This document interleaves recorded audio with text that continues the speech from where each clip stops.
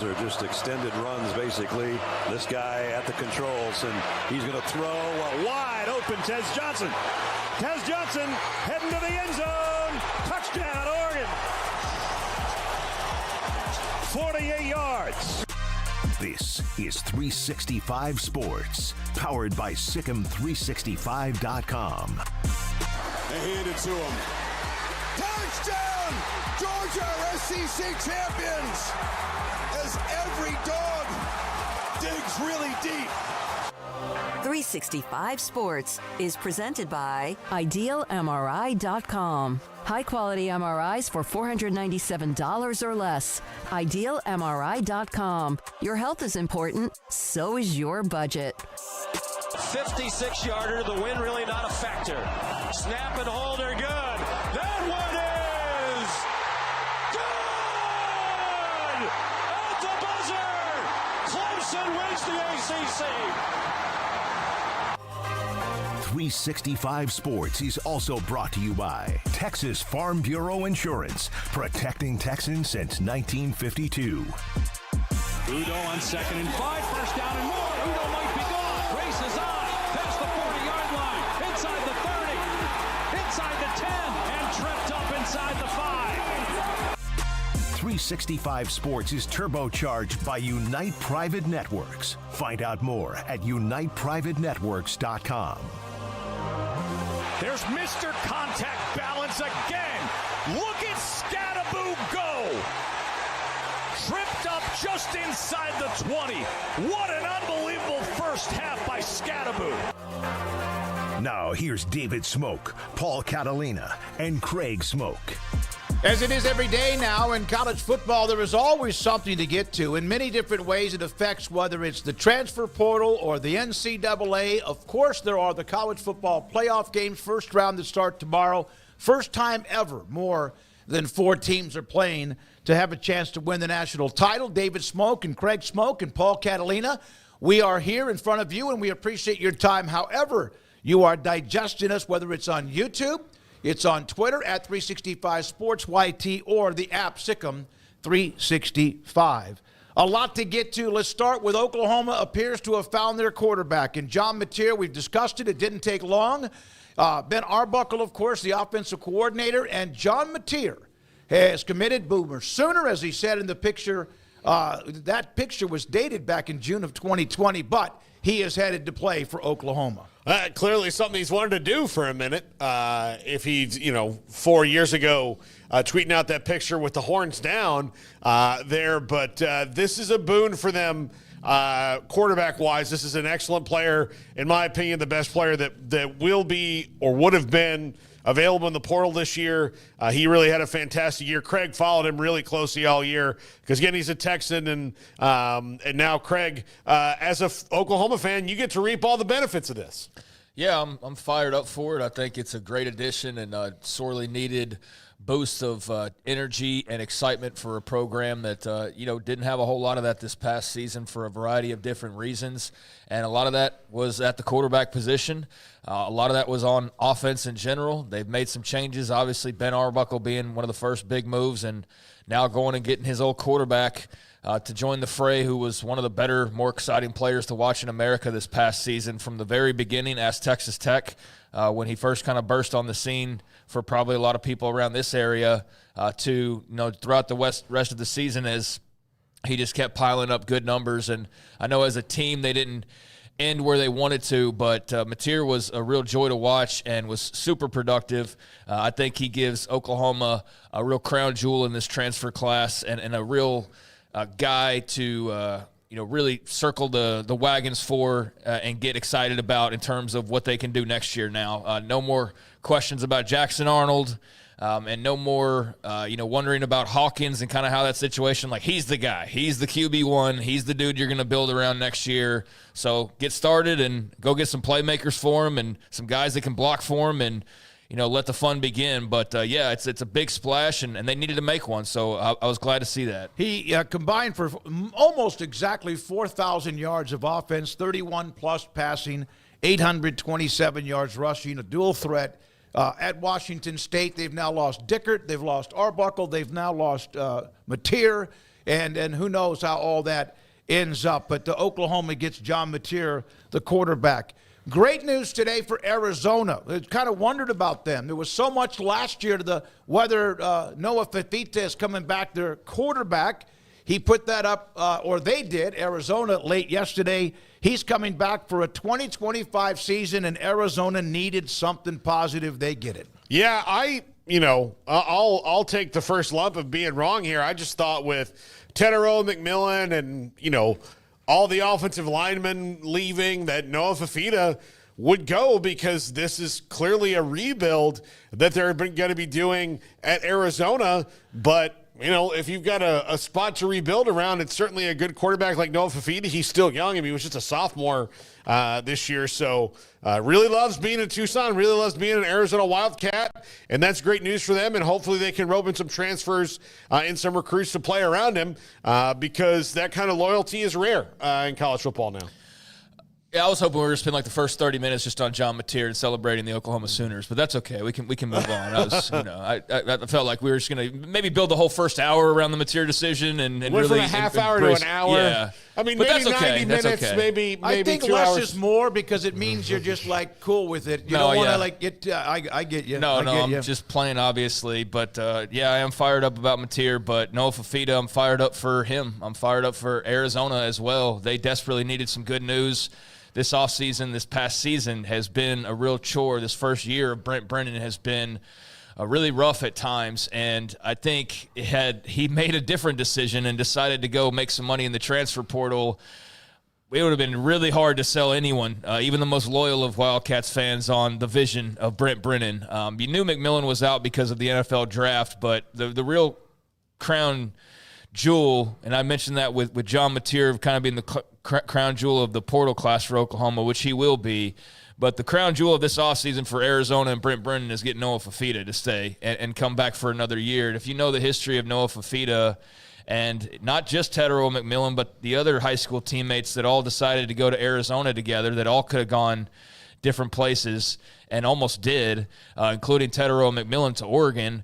They all end up together, and a big part of the reason they all end up together is because of Noah Fifita, because he was the guy that was kind of the ringleader. He was the guy that had pledged to Arizona and recruited all those other guys to come and join him, and he obviously was successful in that, and those high school teammates were able to take them to those heights of a couple years ago, and all of the excitement that was built up, and that excitement that carried over into last year, but that you did wonder, all right, coaching change, how's that going to work? And it obviously didn't work well. He had a down year. He and McMillan had their moments like once a game or twice a game, but then even by the end, that wasn't even happening with regularity. So this is a great first step into just kind of getting some excitement built back up for next year, but there's a lot of work to do for Arizona. But I would much rather do that work with Noah Fifita back at quarterback than with some other guy. But I think he probably knows it too, needs to play a lot better than he did this year. It was a disappointment all the way around. And so we'll see how he's able to bounce back, especially without his most trusted target. But this is a good thing for Arizona football. And then West Virginia losing that bowl game a couple of days ago. C.J. Donaldson had a couple of fumbles, but still a very, very, really pretty good running back, a banger, like 6'2", 230 plus, almost 240, 2,058 yards, 30 touchdowns in his years at West Virginia. He now has entered the portal, C.J. Donaldson Jr., so West Virginia with Rich Rodriguez, and there will be attrition there coming and going. He'll bring some of his own in, but it looks like that Donaldson might be on his way out. Yeah, I think there's a lot of fits for C.J. Donaldson. Now, he has not been as healthy as you'd want him to be, but he is an absolute load. Like he reminds me a lot of Brandon Jacobs, that used to play for Auburn and then the Giants for years. He's just 6'2", 240. Runs really well. You do not want to get in front of him. There's a ton of good fits for him out there. I hope he finds a place that he feels comfortable. I don't I know that the Rich Rodriguez likes to run the ball, but I don't think when you think about the running backs he had the last time he was at West Virginia, I mean, you could put two Steve Slaytons in a C.J. Donaldson. He kind of likes the faster, smaller guys for the most part. So, and look, C.J. Donaldson didn't sign up to play for Rich Rodriguez, so I get it. He's moving on, played that last game the other night. Curious to see where he winds up because I think he could really help a team.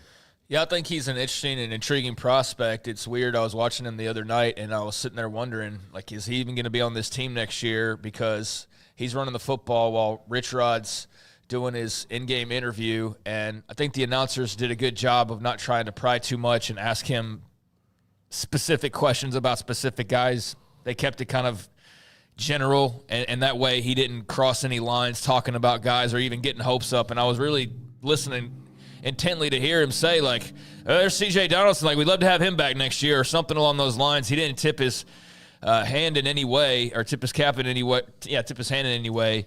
And that was including, while there had been a couple of those fumbles that you mentioned, I was just sitting there watching that game wondering, like, man, this is not the best showing in front of Rich Rod, but I also wondered if Rich Rod already kind of knows whether he wants this guy back or not. And the same goes for, the rest of the players that are eligible to come back. But we've got our answer. And I don't know whose decision it was more so than the other or if it was mutual, but I can see a new coat of paint being good for C.J. Donaldson. And obviously Rich Rod wants to have his setup exactly how he wants it. And if C.J. Donaldson doesn't fit that the way he likes, then you go and find other guys. So I don't know how exactly that worked out, but I do think that's a talented player that's now in the portal. He had some really good moments at West Virginia. I don't think he quite reached the level of excellence that you hoped and felt like he could eventually reach, but maybe he can do that somewhere else. All right, so there's another one. And then this one here confuses me. Malik Murphy, who was at Texas, went to Duke, had a nice year at Duke. I thought he was going to Kentucky. I thought he ends up at Oregon State. And was it you, Paul, in the text that you're like, is this a step backwards for him? Oregon State's got a football program and obviously a conference that we don't know too much about, although the future of it. This one ended up weird for me. Yeah, it is weird. Zach Calzada is actually going to Kentucky. Oh, okay. The former A&M and went to Incarnate Word? In Auburn, yeah. So Zach Calzada is going to Kentucky. Malik Murphy, and look, I'm not trying to knock Oregon State, but I mean, the dude was 9-3 in the ACC last year. And it's in a power conference, as the starting quarterback. I don't think that's all that bad. And I hope he got his bag from Oregon State. I'm just confused. I don't know if it's a step back, a lateral step. It doesn't feel that way to me, but who knows? I mean, the rules are different now. Things are, it's all in the eye of the beholder. So I don't know. Yeah, it's just a puzzling decision. Given their conference affiliation, you just would assume that you'd probably look at the ACC and who you're going to be matching up against and feel like that's a better league to be in. But that's not a knock on the Pac. It's just I don't feel like you upgraded. And so it's kind of confusing to see a guy make what is, I guess, at best a lateral move. And not really sure what the thinking was here. So maybe he'll do an interview or has already and can clarify sort of his motivations and what he saw in heading to Corvallis that made the most sense for him. But, yeah, it seemed like there was a lot of talk about Kentucky, and I'm sure we'll get to now Zach Calzada in a second since that's another big quarterback decision. But, yeah, I don't know how all that worked out, but when I saw Oregon State on that graphic flash up, I was just like, what? Like, it was surprising because it just didn't have them in the fold and didn't – recall seeing anything about them really being in the mix, but okay. I mean, look, Oregon State and Washington State deserve some good news around Christmas time, and that's, a good piece of news. That's a really nice quarterback get for them.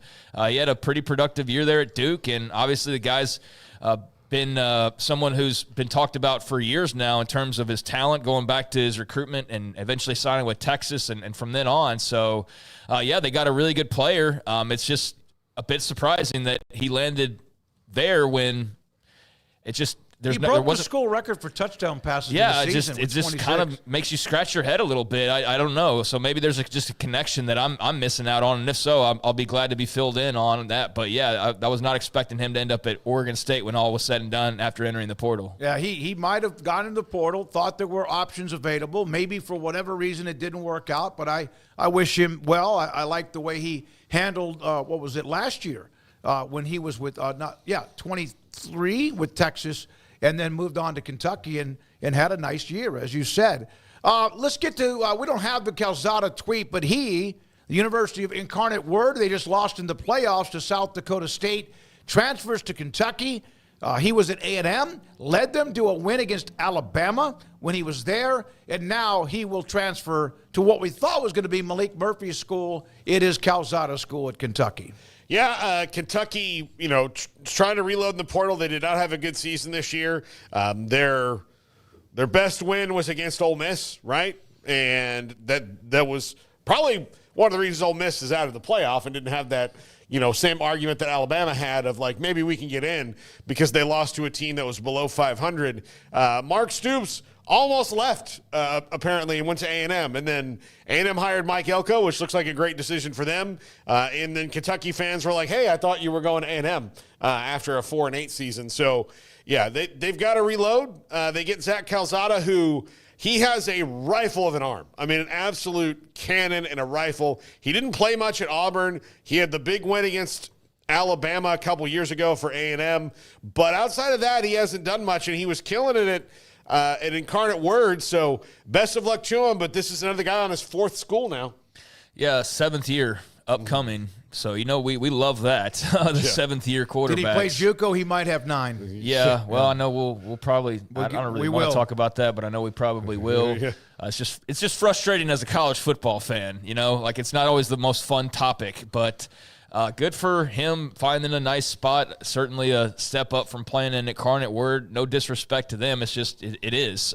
So he gets to end his career at a big school in the SEC and – had the big emotional send-off the other night after Incarnate Word's playoff game, and we kind of touched on that earlier in the week, and really had a beautiful message and very emotional kind of outpouring of love for San Antonio and the Incarnate Word community.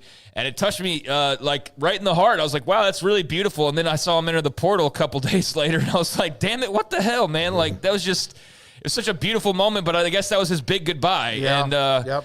So he's earned this shot, and yeah, I thought Kentucky might go the Malik Murphy route, but Calzada's a big guy, big arm, a lot of experience, and obviously somebody who's familiar already with playing in the SEC to some extent. But I think that's a nice pickup on paper. They've got some young quarterbacks that he'll be able to compete with. But yeah, he'll be the guy, and I'm curious to see how that pans out for Mark Stoops because they really need to put something together next year. I think they really need a nice year. So I think that's a step towards that, and we'll see how he does in making the jump back up to where he was previously. We will not and cannot, and we are not a newspaper or an online website, although we have one, Sikkim365.com, that keeps up with a lot of things recruiting. There's many other players that have committed from schools in the Big 12 to schools around the country, and we will get into some of those as we have the time to do so today. I have 2 rapid fire for you. All right. One of them has to do with our next topic, which is Texas Tech's portal haul. Well, it's getting bigger. They just signed Quentin Joyner from USC, who had 479 yards as a freshman, an average receiving 7 or points. running? What is position? Running back. Okay, running back Quentin Joyner, averaged 7.6 yards per carry for the Trojans this year. And look, I told you, you get in that portal, you get on portal, it's tough. It's tough to get off of. And Dabo Swinney, he had a little taste of portal. Well, guess what? He's going back for more. Will Helt, Purdue defensive end, on his way to Clemson. That's the one that I thought was going to be his first, not the other what we mentioned yesterday, but I thought that would be his first hit. And he's a pretty good player. Of course, Barry Odom from Purdue, by the way, he'll join us today in the 5 o'clock hour. Yeah, I mean, that's fun to see Dabo stay active. He's clearly addicted now. He's addicted. He's got to get another hit of that transfer portal after getting that first hit. So I'm curious, how deep they really dive into that thing. But obviously, the first couple of gets has been exciting for the Clemson fan base to just experience. And we'll see, how much further he dives into that, like I said. But that's exciting for them and something different. So it's good that Dabo is changing and evolving for the better. And then on Quentin Joyner, I mean, I think he's probably why we hadn't seen Ishmael Mahdi commit to Texas Tech. That was the guy who I thought initially, because of Mac Leftwich going to Lubbock, made a lot of sense in replacing Taj Brooks. And maybe he still will. I don't know. I haven't kept track of Ishmael Mahdi, but obviously very productive at Texas State, was in the portal. And I didn't think about Quentin Joyner, but Joyner, a guy who Taj Brooks knows very well because he's from Manor. Mm-hmm. And so you've seen Taj Brooks all over Twitter, like for going on like a week or two now. I've seen multiple Taj Brooks tweets about Quentin Joyner and getting him to Lubbock. And I guess continuing the Maynard pipeline there at running back. So he's been the guy that they've focused in on, and they got him now. So, yeah, another day, another few commits. What are they, 2 or 3 now today for Texas Tech again? Mm-hmm. So that ride to the number 1 recruiting class, I'm sure we'll talk about that for the portal cycle. They're the driver's seat for that, and they needed to address running back with Brooks leaving. So that seems to be a pretty good get for them, and one that hits close to home in a unique way with the Maynard connection there. So, yeah, Texas Tech fans have had a hell of a run these last few days, and tell you what, it's going to set up for some big expectations in 2025 that I don't think they're going to try and tamper.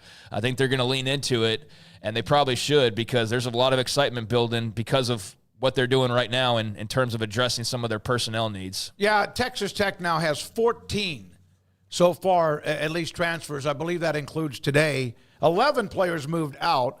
Their score is ahead of Ole Miss, Michigan, Kansas, and Auburn with 10-plus. Michigan has just 5, but they are well behind as far as how they put totals on this, just like they do the rankings when it comes to players coming out of high school. So there we are with the top 5. Texas Tech at the top. Houston, by the way, 9. A lot of change still left to be done and seen with comings and goings, but there we are, well ahead right now in the transfer portal rankings according to On3, and ESPN has theirs, and everybody else has 247 has theirs too. Max Olson, by the way, who loves the topic, he'll join us at 4 o'clock.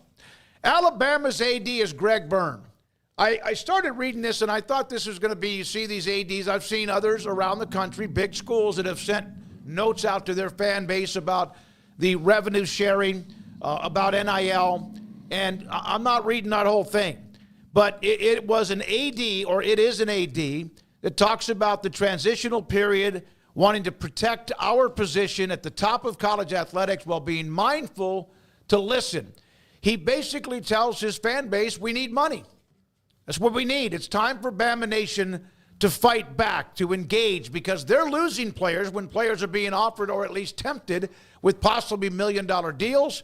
I bet Alabama's lost 12 or 15 players, and they then have to go and replace it, despite the fact that their high school recruiting is absolutely among the best it has been for a decade. Look, I get that this is his job, is to go out and raise money from the fans, but Bama's contributing money.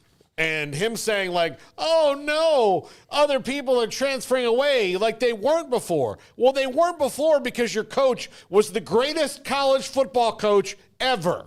And Kalen DeBoer is not. And that's not a knock on Kalen DeBoer. It's the fact that you had the greatest college football coach ever. So guys were saying, you know what, I'm not going to transfer to Louisville or to Tennessee or somewhere else, because even though I may have to wait 1 extra year to play, I'm getting coached by the greatest college football coach ever. And Alabama had the money. So for him crying like, oh no, we're getting our players stolen. Well, welcome to how the rest of the world lives, and saying it's time for them to fight back. Like, all right, I hope that works out for you, but I don't think it's going to really land with the fans after a 9-3 season, which is bad for them. I don't think it's going to land the same way. Craig, you responded, and then we're going to throw up a couple of quips from people after Greg Byrne's statement and release was up last night. Do y'all know how hard it is to go 9-3? It's very hard. Do you know how hard it is to have the number 4 recruiting class in the entire country? It's very difficult. You know what Alabama fans are dealing with right now? I mean, give me a freaking break, man. Yeah, they had a down year. They lost the greatest coach of all time in college football circles, and they went 9-3 still, which is what some programs would kill to go. So, yeah, for Alabama standards, down year, not making the playoffs, certainly disappointing. But I just love that I've covered college long enough to know how these ADs and stuff operate. And, man, the just never-ending palm out for money is just, I don't know how they do it, man. I couldn't look at myself in the mirror every day and do that. I really could not do that. You probably couldn't. I know you well enough. No, I know I couldn't. Yeah. I could not just continuously ask people for money, especially when they're already forking over millions and millions of dollars. But these ADs, man, like it's never ending. And, I guess when you slip a little bit like they apparently have, all the way to 9-3 as opposed to making the playoff or not being in the SEC championship game, you have this panic you can create, which is basically what he's done by saying, let's fight back. Like they were wrong somehow, right? Like that's another thing that 80s do is they make you feel like you've lost some emotional culture war or something like that. And it's like, dude, you just lost 3 games. Like, that's all that happened. There's not a war on Alabama, but that's not how you operate to get the troops fired up. You act like there's an attack on Tuscaloosa and that your place in the college football hierarchy is under threat. And so they better go give you their money or else Alabama's in danger of, oh, God forbid, going 9-3 again. And so I get it, but like it's also once you see the magic act and you see through it, it's just hard not to just look at it side-eyed and just be like, man, what the hell? Like, come on, This is a lengthy letter. That was just part of it. It was a very lengthy letter. Now, Garrett, I don't know. I know you kind of put together maybe a little bit of, okay, so here's one of the, let's read the top one first. From Deep Fried Breaks. As an Alabama alumni, this is one of the most embarrassing things I've ever seen publicly from someone directly involved with our university. You continue to hike prices everywhere throughout the university. Stop wasting it. Be better at your job. And then, kind of like in almost one of those SEC shorts type movies or reels, you have the Texas, the Georgia, and the Tennessee fans making fun of the young kid, not bullying him, I hope, but making fun of the kid. Definitely bullying. I think that's a bullying. Pointing and laughing is bullying. Yeah, on a bullying PSA ad. I think that's what he. I think that's what he used to do that. And Deep Fried Breaks. Good on you. Look, sometimes the fans need to say, like, look, how much money do we have to give you? And here's the thing. You're only complaining like this right now. Don't pretend like we don't know that you've now got to give some of your money to the players. Mm-hmm. Like, that's also part of this. Like, oh, my God, we're going to be so poor. Yeah, because you got to pay directly now. Like, yeah, we all know that. Like, you're not going to slip by and blame, like, oh, the Wolves are at the door trying to get Bama players. But they're going to pay because they're about to get even more millions because of the college football playoff and the revenues or the NCAA, whatever that's called. And they'll get more in the next playoff round because they're already making the moves to get even more of the pie in 2 years. And look, if you're dumb enough to believe that only Alabama's roster is getting rated, then fine, give Greg Byrne your money, like, give them their money. But the pitch is dumb because it's like, oh, all these other teams are coming for Bama, and we have to fight back. Oh, you guys have never had a transfer before? Jamison Williams didn't go to your school? Like you didn't have that guy. I can go on of guys that have transferred to Alabama. So it's not like they're, the shining beacon on the hill of we do it this way and the Wolves are at our door and we have to stop the evils of all the rest of college football. Shut up. Yeah. If you want to go find the Twitter feed from Greg Byrne, and again, I know he wrote it. He's tried to do his job, and the responses are all absolutely classic. There's one from Callie. She's a Tennessee fan that said, "This is everything I have dreamed of and more." And then she has a big, huge orange Tennessee volunteer color heart. Yeah, I could have saved him a lot of time to say, "We need your money." That's all he was basically saying through that whole diatribe. But he had to, of course, do "we're under attack." That's what you do, right? You make everybody scared of the big boogeyman. And so in this case, it's these other programs that are coming to steal from Bama and steal our glory. And you know what? There will be a bunch of people that fall for that. I have no doubts about that. Yeah. But for the people who are actually coherent and paying attention, it just makes you just side-eye it and just feel like this is the part of college football I don't really love that much, or I don't love at all. And I feel for the Bama fans out there who do understand it and see how sleazy it is, but it is what it is. All right, we have one more topic to touch on, and we'll also discuss it. We have a lot of guests today with Sam Kahn and Max Olson. Phil Longo, the new head coach at Sam Houston State, got a text from them earlier today, this afternoon, and he's available. They're playing in a bowl game tonight. Barry Odom, Purdue football coach, who was at UNLV, Missouri, elsewhere, and then also Mickey Spagnola will join us among some others. The junior college decision, the injunction, allowing Diego Pavia to have another year for his year in junior college, set off a frenzy last night. This is from, in fact, a junior college account, JUCO Frenzy. Big ruling by the court today. JUCO athletes who play college sports retain all 4 years of NCAA eligibility, even if they played a year or two of junior college. I spoke with a junior college coach or two, traded text messages, and they were all saying that this might now, and there's some really good players, but this is what they did 35 or 40 years ago, is what they're about to do now. It was called hiding players at junior colleges, whether Navarro and Corsicana or Hutchinson and whoever else up in Kansas. Tyler in Trinity Valley. Hargraves Glenn, Military Academy. Absolutely. This is what the schools did. They found a player. There might have been a little bit of an issue with their academic standing, and they would hide them in a JUCO. That's what they would do. Or they would send them to junior college. They would get their grades up enough to get into school. Everybody did it. Everybody did. Even the schools that talk about how they had these high standards, they would hide players. Navarro had Oklahoma, and there were other schools that had other schools that they were attached to. So this is about to possibly happen now. But this was one topic, and it's deeper than doing it in 2 or 3 minutes. But I don't know if this is going to end up being the case, but it does appear that all of a sudden there are more years of eligibility left for players who attended and played at JUCO.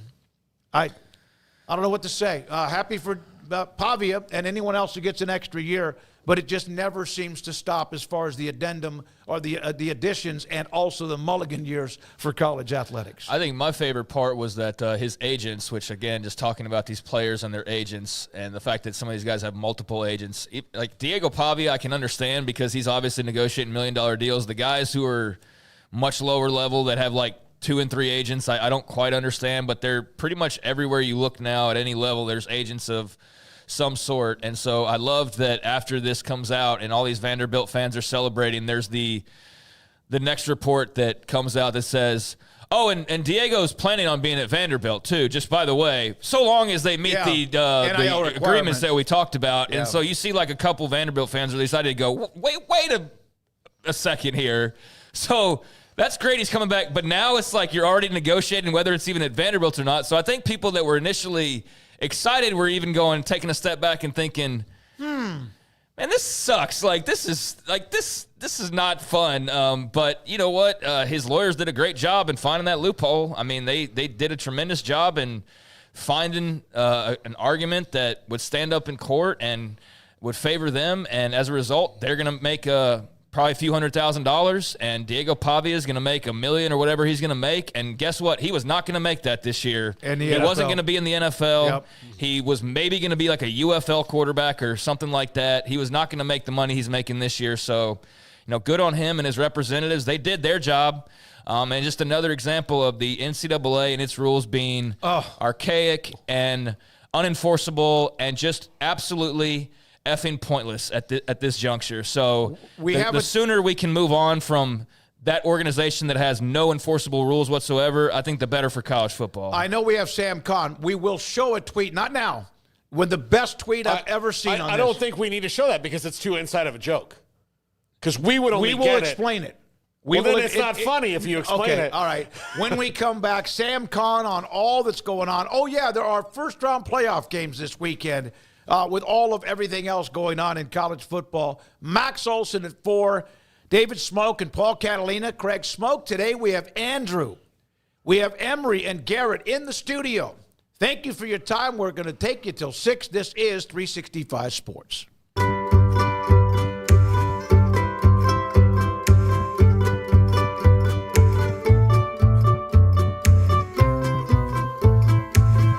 It's pleasant. It's different than any other dentist office. I really feel like they care.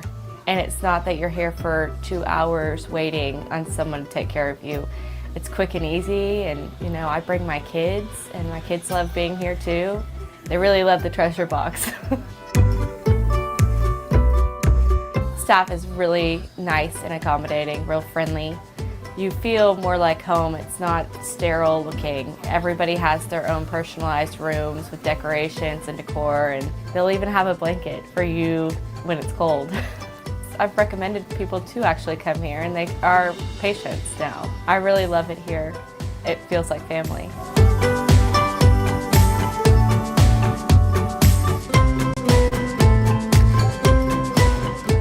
Hi, I'm I'm Mark Stewart with Bird Colgan Ford. Join us for our Black Friday sale where over $16 million in inventory is on sale right now.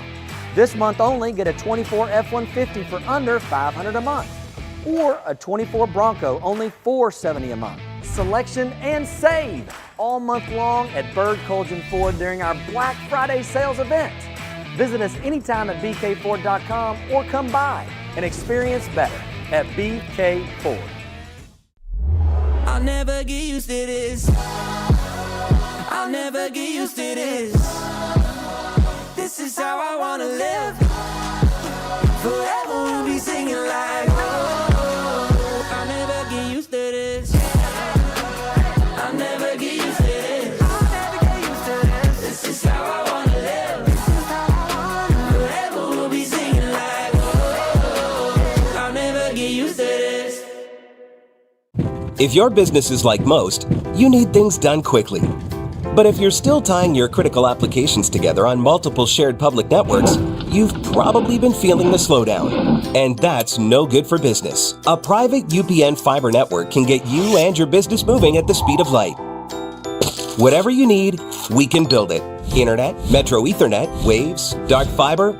We deliver custom private networks and are focused on business customers only. Our next generation 100% fiber optic infrastructure offers you low latency and ultra scalable bandwidth with speeds up to 100 gigabit to run your critical applications. Your connection won't be limiting your performance anymore. It's diverse and scalable, so it can grow and change as your business grows and changes. And with a secure carrier-grade private network, you'll have all the reliability you need. Contact UPN today to learn more. Fast just got faster.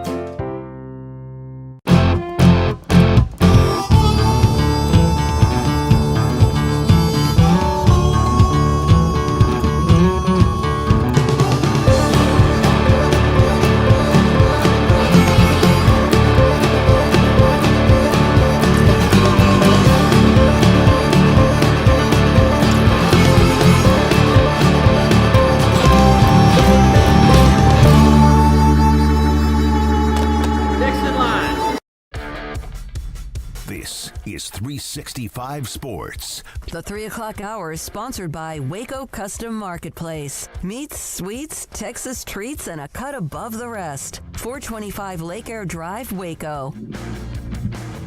Sam Kahn, theathletic.com. At the top of his Twitter feed is Zach Calzada. We discussed that from A&M Incarnate Word and now headed to Auburn, among others. Sam, how you doing, young man? Appreciate your time. What did I say? Headed to Kentucky. Kentucky. He was at Auburn. I said Auburn. He was at Auburn. Sam, okay, hottest on your radar, the transfer portal, the college football playoff coming up, or the junior college story that popped last night, which I know may be a little more minimal but still kind of sent some waves through college football. Yeah, I think the junior college story is the one that's the hottest topic right now, certainly in the last 24 hours, because people are wondering if it's going to end up impacting all the other players. Because right now, the court ruling specifically applies only to Pavia. That the way the opinion was written, it was narrow in that scope. But naturally, others are going to try to challenge it, I think. And that's where it gets really potentially sticky and messy is, are we going to apply this to all former junior college athletes? If we do, is it going to be blanket for everybody, or are we talking just in the NIL era? Because that's the case that Diego brought was, hey, I'm prevented from making NIL money because those years counted against my eligibility. So that's going to be a lot to work through. I think it's very, very dangerous to go down this road because of the impact it will have on high school recruiting. And Steve Sarkisian said it earlier today. I was listening to him when we were talking about the playoff game, but the Texas playing against Clemson. So someone asked him about it, and he played junior college football himself and said that he disagreed with it. He said, you're going to have guys out here 28, 29 years old, which if you were to put some JUCO year, take some JUCO year back from guys and give them NCAA eligibility, we would be flirting with that. And I do think you have to ask, when is enough and as far as how long guys can play college football? Sam, the NCAA just keeps losing any kind of effectiveness that they have each passing moment. How I mean, how quickly do they really need to act here to just figure something out? Like, they've got the House settlement that they've got to start working out there in July. With eligibility, you would think this would be important where they need to say, here's what JUCO is, here's how many years you have. If it's 5 years to play 5, or if JUCO doesn't count and you have 4, like JUCO counts as 1 year and you have 4 years at a 4-year college, they need to put that down and incorporate that into the contracts and maybe actually collectively bargain, and they won't lose these things. Yeah, I agree. I think something needs to be done fairly quickly, probably within the next few weeks or the next month if possible, because I saw Joey McGuire when he was talking with the local reporters in Lubbock saying that, hey, why not? Should we look at getting one of their players who had played JUCO? Can we get a year back and get him back next year? Because you're going to have coaches who want to know that, who want to know if this is the case and it's going to end up applying to everybody, can we bring those guys back? And that's critical in roster decisions because you've got guys who are going to be enrolling in January. And then if the settlement is approved in April and goes in effect in July, then those hard 105 roster limits are going to exist. And so coaches are going to have to know what they're working with from a roster standpoint. Are you going to be able to bring some of these guys back or not? So I think it's really important. To your point on the 5 years, I do think, and just talking to people in the industry, I get the sense within the next year, we're going to get closer to a get rid of red shirts and go 5 years to play 5, period. That I think is cool because there's been a lot of upheaval about guys playing 4 games and then sitting out the rest of the year. I think the way to do that is just eliminate the red shirts and give everybody a blanket 5 years to play. But then the question is again, do JUCO years factor into that or not? And what other parameters do you make for medical exceptions when guys get injured and things like that? Sam, you mentioned Joey McGuire, right now the number 1 recruiting class in the transfer portal throughout the entire country with 14 players at last looked, and I've looked in the last 20 seconds. There might have been a 15th at the rate they're going right now, but above Ole Miss and Michigan and everybody else in the country. They're number 1. Your thoughts on the multiple big splashes? They get Quentin Joyner today to help replace Taj Brooks, and just what do you see them cooking up out there in West Texas? Yeah, it's a fascinating alteration in strategy from Joey McGuire, who, of course, was hired as a former Texas high school coach and built the program or said that he was going to build the program on high school recruiting. And he largely has done that in the first few years. But this is a shift in strategy, and they're going all heavy on the portal this year. And I think the reason is clear is I think they believe that they can win the Big 12 and get themselves a playoff spot next year. That's the only reason in my mind that you go this heavy on the portal. The other reason would be is if you just felt your roster wasn't good enough. If you're in a Deion Sanders situation at Colorado and you're taking over a bad team, but you're getting into year 4 of Joey McGuire. Now they've just won 8 games, maybe could win a 9th if they win this bowl game. Their clearly trajectory is good. So by going this heavy on the portal, you're saying we're putting all our eggs into the 2025 basket. We want to get to the playoff. We want to win the conference. And I think they're giving themselves a hell of a chance to do it because of the way they've performed in the portal and how aggressive they've been. How much of a Christmas gift is John Mateer to Oklahoma? Well, I mean, he had the Mariah Carey "All I Want for Christmas" in the background of his commitment video. That's got to be a first, right? I think so. The recruiting space. Very well done video by whoever did that, by the way. That was much needed for Oklahoma. They've been getting hammered in the portal. They've lost more than 20 of their guys. They only, I think, after yesterday, I think they had brought in 5 or 6 total on the other side, and they brought in a couple of receivers. They brought in offensive lineman, now Mateer. But getting the quarterback solved was so big for them because that was one of the ails that they had this year. Of course, we know receivers were really banged up. Offensive line played really poorly. They fired a coordinator midseason. Well, they got the coordinator done with Ben Arbuckle, and now you get his quarterback who's going to fit in the system. And to me, this is when you're trying to make an impact in the portal, especially with an offense, this is how you do it. You get a coordinator and the player, the quarterback. And if you can get some other skill guys, which I don't know that they're going to necessarily do that with Wazoo, but it reminds me of what Western Kentucky did a few years back when they took all those guys from HBU and Zach Kitley got the job at Western Kentucky. They took the quarterback, Bailey Zappi, and a bunch of the receivers. And that system familiarity, which is hard to find in the portal era because guys are changing schools left and right, now you have it. You have continuity with the quarterback and the coordinator, and I think that's going to be so important for Oklahoma, who needs a big year, because this is a huge year for Brent Venables going into year 4, because they've got 2 6-win seasons, and that just ain't cutting it in Norman. Do you think that this now maybe turns the tide for some of the other recruits? Look, they've already done some work on the offensive line. They need the skill players. Do you think this definitely turns the tide, because now players will go, well, if I'm going to transfer, I'm going for the quarterback. Like that's what's going to help me out. Yeah, that helps for sure. If you've got your quarterback and you've got your coordinator and you look, you have a solid plan, that can absolutely help you moving forward in the portal. And then, of course, obviously, just from a financial standpoint, you've got to be there, which it seems like Oklahoma is, because Mateer was getting a 7-figure offer from the Coup Collective at Wazoo and turned it down to go in the portal. So clearly Oklahoma's pony up for Mateer. So as long as they've got that in order, I think there's a chance. And if you're Oklahoma, I think you have to be aggressive, because they've just got to be better than they were this year in the SEC. Sam Conn with us, theathletic.com on 365 Sports. First-round games. Yes, they're playing tomorrow night. They're starting tomorrow night. Like, there's so much else going on, like a car wreck here and like whatever, a stabbing over here. There's so much distractions, and yet we're having the first ever more than 4 teams, the 12-team playoff that kicks off tomorrow night. What game is the one that intrigues you the most, the one you can't wait to possibly watch? Indiana, Notre Dame. Because it's the in-state battle.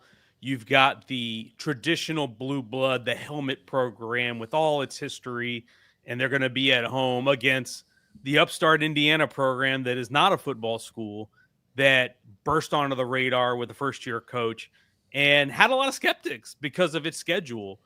And it's an in-state battle. So I'll be curious to see how much Indiana Crimson is in the crowd in South Bend this weekend. So that's the one that's most compelling to me, just because of the proximity of the schools. And Kirk Cignetti, it's a chance for him to show, hey, we weren't just a school that just beat up on a lowly schedule. We're an actual real deal contender here. And if you knock Notre Dame off, who some people are picking to get to the title game, myself included when I fell to my bracket, that would be a huge statement for Indiana football. But all 4 games I think are going to be tremendous, and I'm so excited that they're all 4 on campuses. There's a guy that's at the gym that is an Indiana fan, and he's been wearing the jersey, not the jerseys, but the sweatshirts.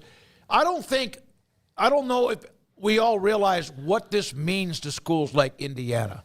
Notre Dame's used to this, or others, but he just can't wait. He said, listen, I understand it might not end the way I want. It might be disappointing, but I don't think I haven't had this feeling in my heart in football in a long, long time. Probably forever as an Indiana fan.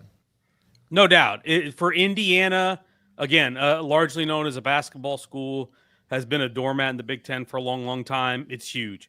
For Arizona State, who's endured a lot of crap in the last few years, of course, they're playing in the quarterfinal, it's huge for them. For SMU, who was bad for multiple decades after the death penalty and now has risen back and become a force again, it's huge for them. For Boise State, who we remember in the Fiesta Bowl against Oklahoma back 17 years ago, that they're now here, and this is a chance for them to play with the big boys and say, hey, you can't just tell us we can't play for a championship anymore. Now they're here and they get to be a part of it. I'm so excited for those programs and to watch how they fare, because then we can get rid of all this eye test and what schedule they played. They're here, buddy. It's a chance for them to prove it on the field. SMU is going to have to go to State College in 30-degree weather to play. Buddy, if they win that game and beat Penn State in Happy Valley, you can't tell SMU anything. Yep. Yeah, and really you couldn't tell a lot of the smaller schools or the non-SEC Big Ten team. You could be like, man, there's an example right there of why you just give a team a shot and they can either take advantage of it or they don't. But I love that you said the word bracket. You filled out your bracket. I was talking about this yesterday, of just the idea of filling out brackets now that we have multiple games to plan for. So you're the techspert. How do you have SMU and Texas faring? And I guess because we won't talk to you for a while with the Christmas break, who do you have standing tall at the end of your bracket? Yeah, I had SMU. Unfortunately, don't hate me, ponies. I had them losing in the first round game. I think I got influenced by the weather and people somehow saying that Penn State is a really good team. I'm not sure they're elite, but maybe the way they kept up somewhat with Oregon influenced me a little bit on that one. So I have Penn State winning in the first round there. Texas I have going all the way. Just because I look at their roster from top to bottom, and their defense to me is going to carry them. And it's just a matter of them not playing terribly on offense. If they can have some explosive plays, if they can have some semblance of a running game, and then you look at the path that they have, it's not incredibly daunting. They get Clemson at home, who's a flawed team. They get Arizona State, who's really, really hot, and that one could get tricky. But I think from a line of scrimmage trenches standpoint, Texas has the edge there. And then when they play Oregon, if they make it that far, they get them at Jerry World. They get them in the heart of Texas. That's a massive disadvantage for Oregon to have to travel into the state of Texas to play Texas. And so that path, I think, sets them up really well, which is why I have them going all the way. But it won't stun me in the least if, for instance, they got clipped by Oregon or something happened, because we've seen them play with their food enough offensively that it could get a little sticky for them somewhere along the line. What is your hottest take among the games? That you think is you're out on the limb? Boise State. I have Boise State winning its quarterfinal game. Oh, okay. Beating the Penn State SMU winner. Remember, this is a team that went toe-to-toe with the number one team in America. Mm-hmm. And they have the best running back in America. They have a really good team.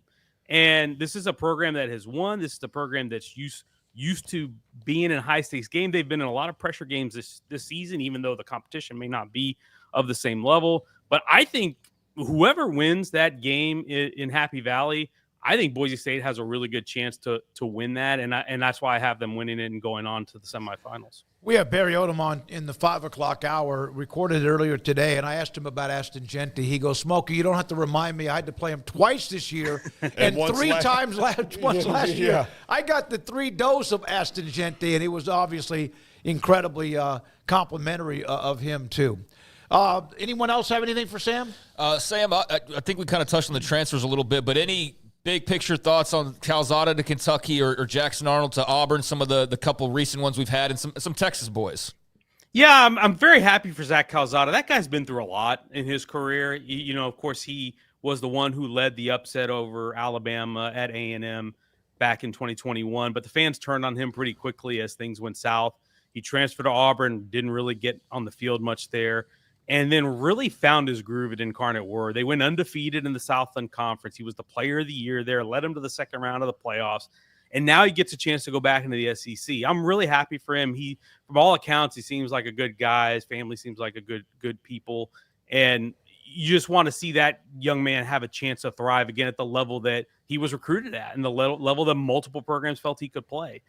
Jackson Arnold for Auburn, really, really big get for them. They needed to shore up that quarterback room, and I know they brought in the freshman this year, so that'll be interesting to see. But they have also done really well in the portal. They have gotten a really good class so far. So Hugh Freeze looks like he's stocking up to try to make a run. And then as the Texas schools, I would say A&M has done really well. Of course, they got Micah Hudson. They're still trying to get some more receivers, but they've done a pretty good job. And I've seen Houston do a sneaky good job so far. Not a lot of headliners, but a lot of really quality players. They got the tight end transfer from Tulsa, Luke McGarry, who numbers don't really jump off the page, but when you talk to coaches and scouts in here, they really like his upside.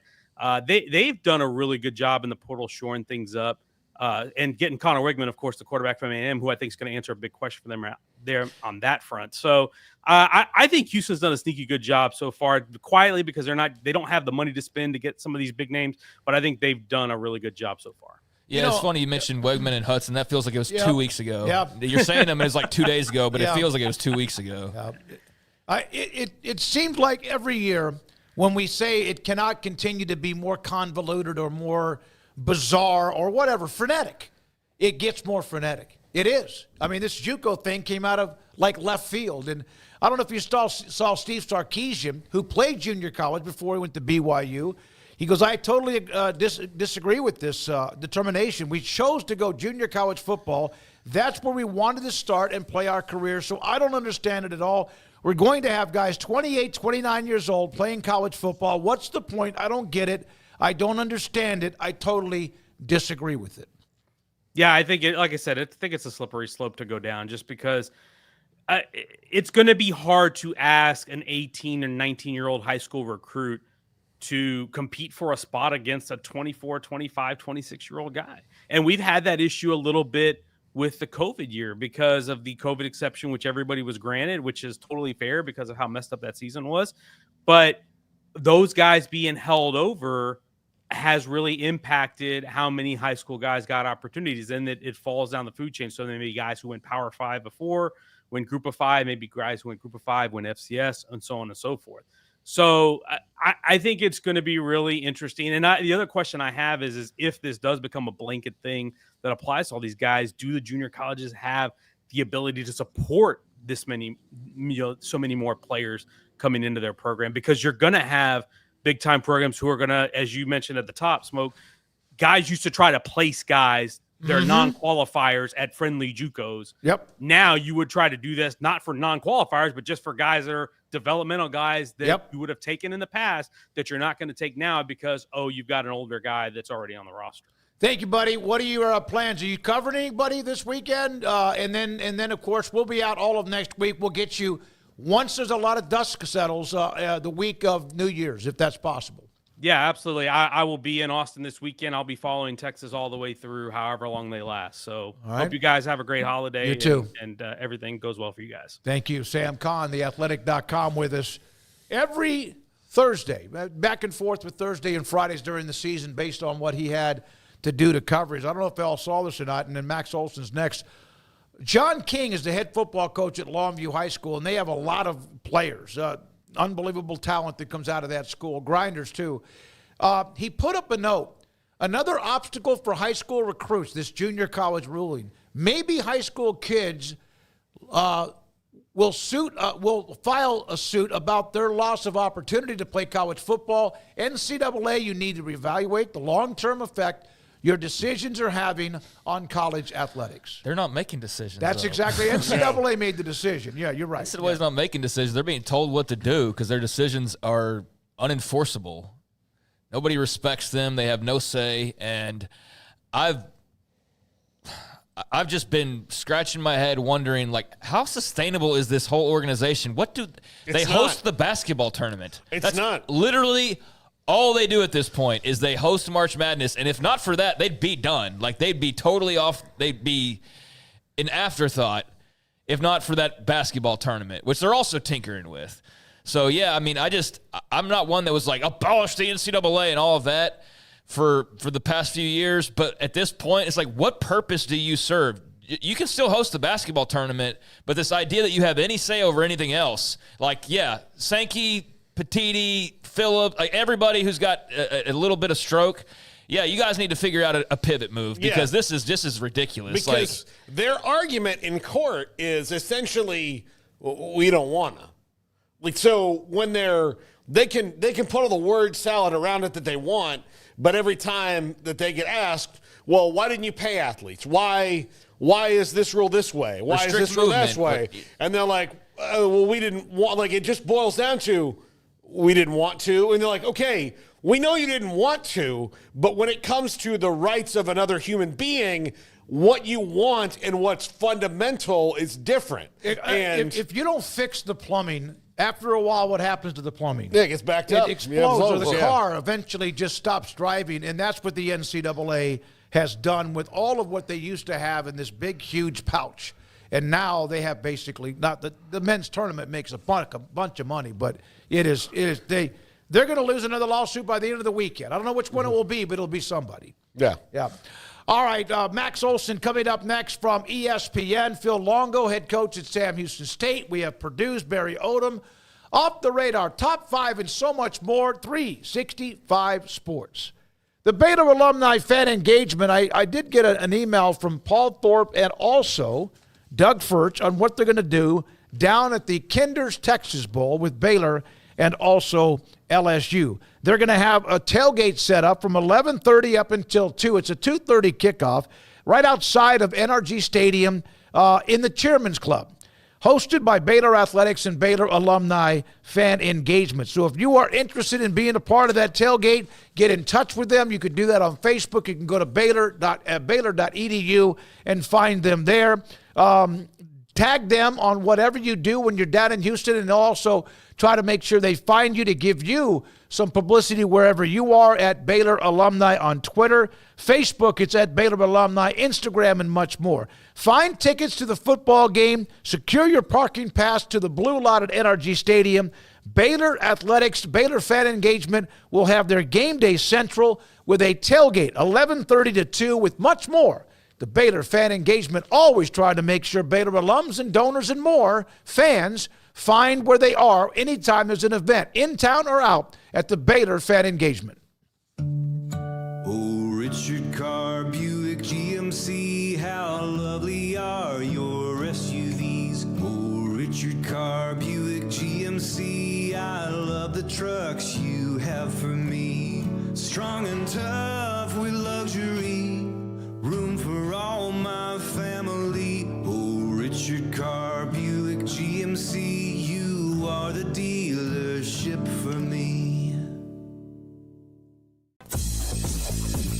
Baylor Scott & White Southwest Sports Medicine and Orthopedics, the team physicians for Baylor Athletics, diagnosing and treating all sports-related injuries, including concussions. These specialists also provide orthopedic services for athletes and non-athletes alike, whether it's knee or shoulder pain, a wrist injury, orthopedic spine care, and even an arthritis and total joint clinic. Trust the doctors Baylor Athletics trust. Baylor Scott & White Southwest Sports Medicine and Orthopedics wants to get you back in the game. Let Camille Johnson Realtors guide you seamlessly through the process of buying your dream home or selling your current one. Commercial, farm and ranch, or residential, Camille Johnson Realtors can smoothly and successfully lead you through any transaction. With a team of 28 experienced agents who are excited about serving you, Camille Johnson Realtors services the entire greater Waco area. If you're in the market to buy or sell, contact Camille Johnson Realtors, 104 Midway Center in Woodway, or find them online at www.camillejohnson.com. Camille Johnson Realtors, elegant, charming, warm, welcome home. Petty Clinic Men's Healthcare in Woodway is now proud to offer you men an exceptional weight management body sculpting product called semaglutide, also known as Ozempic or Wegovy. Semaglutide is an FDA-approved weight management medication. Once-a-week injections of this powerful medication offers an average body fat weight loss of 20% within the first year of treatment. In addition to body sculpting, semaglutide also normalizes blood sugars and has the clinical research proof of reducing blood pressure, cholesterol, stroke, and heart attack risk. If you're like most men and you have stubborn fat that will just not respond to typical diets and exercise, then help is finally here. Semaglutide, affordable, highly effective. Google search Petty Clinic Waco and reach out to the Petty Clinic team today for a free consultation with Dr. Petty to see if semaglutide is right for you. Go to pettycliniclowt.com. Parenting is full of surprises. You never know what to expect. So after our son was born, I called my Texas Farm Bureau insurance agent to set up a life insurance policy in case something happened to me. Sawyer is now 2. And we'll soon have a sister. There's no one else I would trust with protecting my family. Stop by and see our agents at one of our 3 McLennan County locations. Coverage and discounts are subject to qualifications and policy terms and may vary by situation. This is 365 Sports, powered by Sikkim365.com. This segment is brought to you by Michelob Ultra. It's only worth it if you enjoy it. Containing only 95 calories and 2.6 carbs. Max Olson, ESPN, with us on 365 Sports. And Max, thanks for your time. Do you sleep during transfer portal season, or is that ever over anyway? I mean, my goodness, is it more and busier now than ever before, or what? I would have loved to lock in a nap from 4 to 4:30 today, but here I am. Oh, yeah, we interrupted that. Damn. I'll try to bring the energy. No, it's been a crazy month. Yeah, it's been a lot to keep up with. I think that probably more guys will commit while we're talking. What do you think of John Mateer to Oklahoma? It appeared he really didn't want to go anywhere else because he's in the portal. He followed Ben Arbuckle. It seemed like a decision he made a little bit ago. Yeah, I think that John Mateer at Oklahoma was probably the worst kept secret over the past month or so. I mean, certainly once Brent Venables essentially hired Ben Arbuckle. It seemed like that was going to be the move for Oklahoma. I do think he's like not, and that's not like a knock. Like I do think he's a kid who's extremely loyal and extremely grateful for his time at Washington State. I mean, you got to remember he was a kid at Little Elm who was going to go to Central Arkansas when Eric Morris came in and gave him an offer in January and flipped him to Washington State. So, he certainly has not gone through this kind of recruiting process before. Miami certainly tried to make a push. There are several other schools that really like John Mateer. When I did a preview of the quarterback market about a month ago, I've just kind of the names to know. He was at the top of the list for me, not just because personnel people were all kind of buzzing about, he's going to be on the market, but they just love what he brings to the table. He's a true dual threat guy, really, one of the best in the country this year at running the ball. And, I think he's a very exciting guy for Brent Venables to build around. Oklahoma's going to have to do a lot of work in the portal to fix the offense, and obviously lost a lot of key receivers. But that's a very exciting piece to build around, and a 29-year-old offensive coordinator who they're really betting on to change their fortune. So, Max, of the quarterback dominoes that have fallen here recently, one that kind of had us scratching our heads was Malik Murphy to Oregon State. And certainly, Lord knows, the Pac-2 deserves some good news. I mean, you're just talking about Wazoo losing, Arbuckle and Mateer and all of that. But was this kind of surprising? Was there a connection there that I'm missing? Your thoughts on Malik Murphy to the Beavers? Yeah, I think that when Malik Murphy announced he was going to enter the transfer portal, I think there was a lot of confusion around it because Duke went 9-3 this year in their first year with Murphy and with Manny Diaz, and really exceeded expectations for a team that was picked to finish 11th in the ACC. But Duke was, he went in the portal because Duke was recruiting Darian Mensah and trying to get Darian Mensah from Tulane, and so even though they went 9-3, they kind of recruited over their starting quarterback, which you don't really see a ton. But it has happened the last few years. And so Malik Murphy goes in the portal. He visits Auburn, but they certainly Jackson Arnold was the priority for Auburn. He visited Kentucky, but they ended up taking Zach Calzada from UIW. And so now he's going to Oregon State, which is a school he considered a year ago when he was in the portal out of Texas. And certainly a very clear starting opportunity there. But you see some of those moves, and gosh, I remember thinking a year ago, like, I wonder if Malik Murphy's just going to go to Duke for a year and then kind of go back on the market. And he's doing that now. And, I think it's a good addition for Oregon State. But I think when he went in the portal, you kind of expected that it would be for a Power 4 opportunity. Well, Duke got the quarterback from Tulane, but it wasn't, I don't think he was forced out. Did he make the wrong decision? It's his decision. It's his career. But did he maybe overestimate the market? Yeah, I don't really think he had a choice. I think that he kind of got pushed out there because they went and recruited somebody else. Yeah, no, I don't think that he made a gamble. Like Duke was actively recruiting Darian Mensah when Malik Murphy was still on the team. So, I think that's a situation where I think Duke wanted to go out and get an upgrade and felt like they've got a lot coming back in 2025. And so they wanted to kind of shove all in and, go get better at that position. And so Malik Murphy goes in the portal and, yeah, probably expected him to have better options than he did. But there's also a ton of passers out there. I think there's more than 130 FBS scholarship quarterbacks. So, it is kind of an interesting game of musical chairs, and you gotta find a spot and grab it pretty quickly. Is Oregon State the best he could have done there, or is that just the spot he wanted to be? I think that's the thing I wrestled with a little bit with him because he was 9-3 in the ACC. Yeah, and certainly, they took SMU to overtime too, so it could have been a 10-win season. They still have a chance to win their bowl game and stuff. I think it's one where you get to this part too, and there's still some quarterbacks out there who have starting experience and who are kind of taking a bunch of visits and stuff. There's still good ones out there, but I think if you're Malik Murphy, you're not really wanting to go into a situation where you have to compete for the job, and I think that's kind of a bunch of the spots you'd be looking at. That's kind of the situation. So I think to have kind of a guaranteed starting opportunity at Oregon State, a team that wanted him a year ago that believes in what he can do. I think I think he can end up being a pretty underrated get for Oregon State, but that is how the process plays out sometimes. So Max, have you been marveling at Texas Tech, surprised by Texas Tech? I'd imagine they alone are keeping you busy enough with all of the moves they've made. The number one portal class thus far. What do you think of Joey McGuire and the Red Raiders Hall?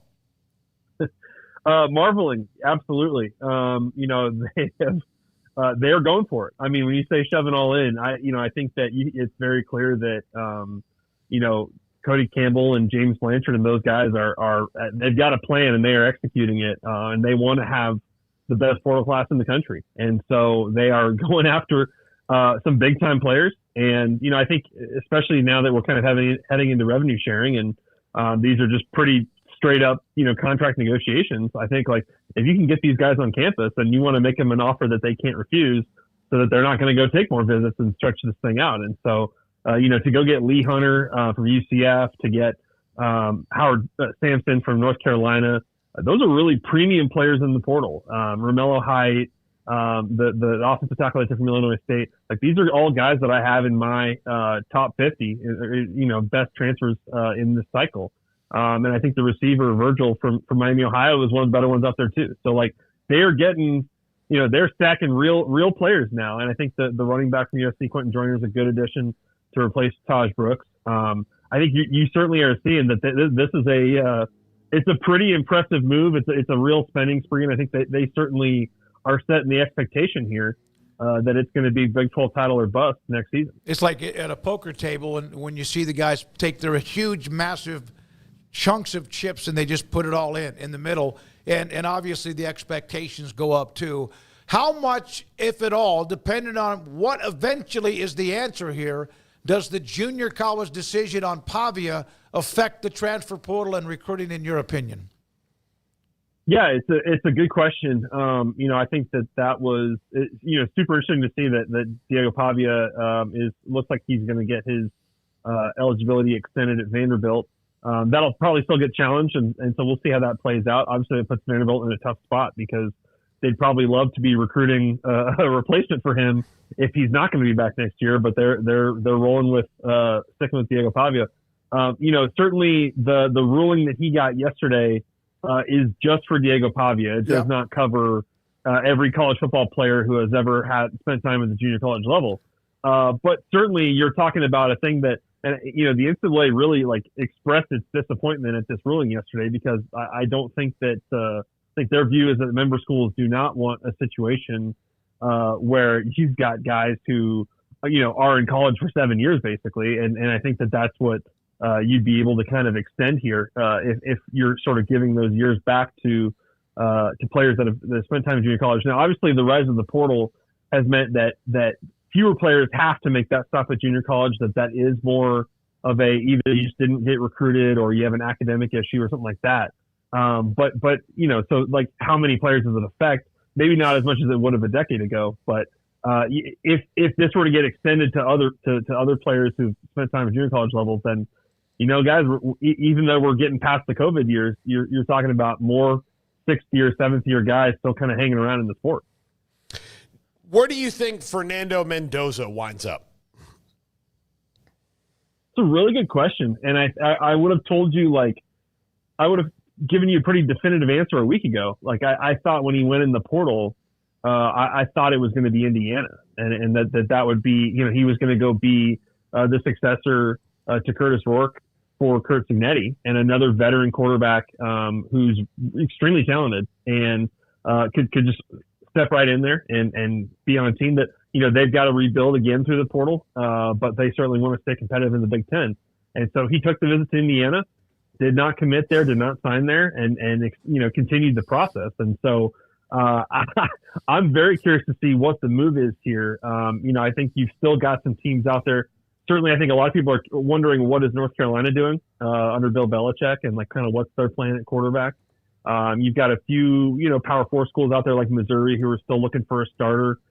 You've got Georgia's an interesting situation too, because Carson Beck suffered the injury. We'll see if he can come back for this playoff. But they're going to find out in the short term what they have in Gunnar Stockton. And, is Carson Beck going to go pro? Is he going to transfer? Is he going to stay? They're in a tough spot right now and certainly don't want to scare off Gunnar Stockton. So, don't know if Georgia's going to go after a big-time guy here or just try to take a backup. So am I to read in what they think of Jaden Rashada already? Yeah, I think so. I think, at least that, Jaden Rashada is still young, and if he stays in that program, he'll keep, developing and improving. But I think at this point in time, Gunnar Stockton has a pretty significant advantage over Jaden Rashada. When Carson Beck gets knocked out of the SEC title game, there's like no question it was going to be Gunnar Stockton that goes in. And, if Georgia goes status quo for next year, then no question Gunnar Stockton will be the starter. I think they feel like he can definitely be the guy.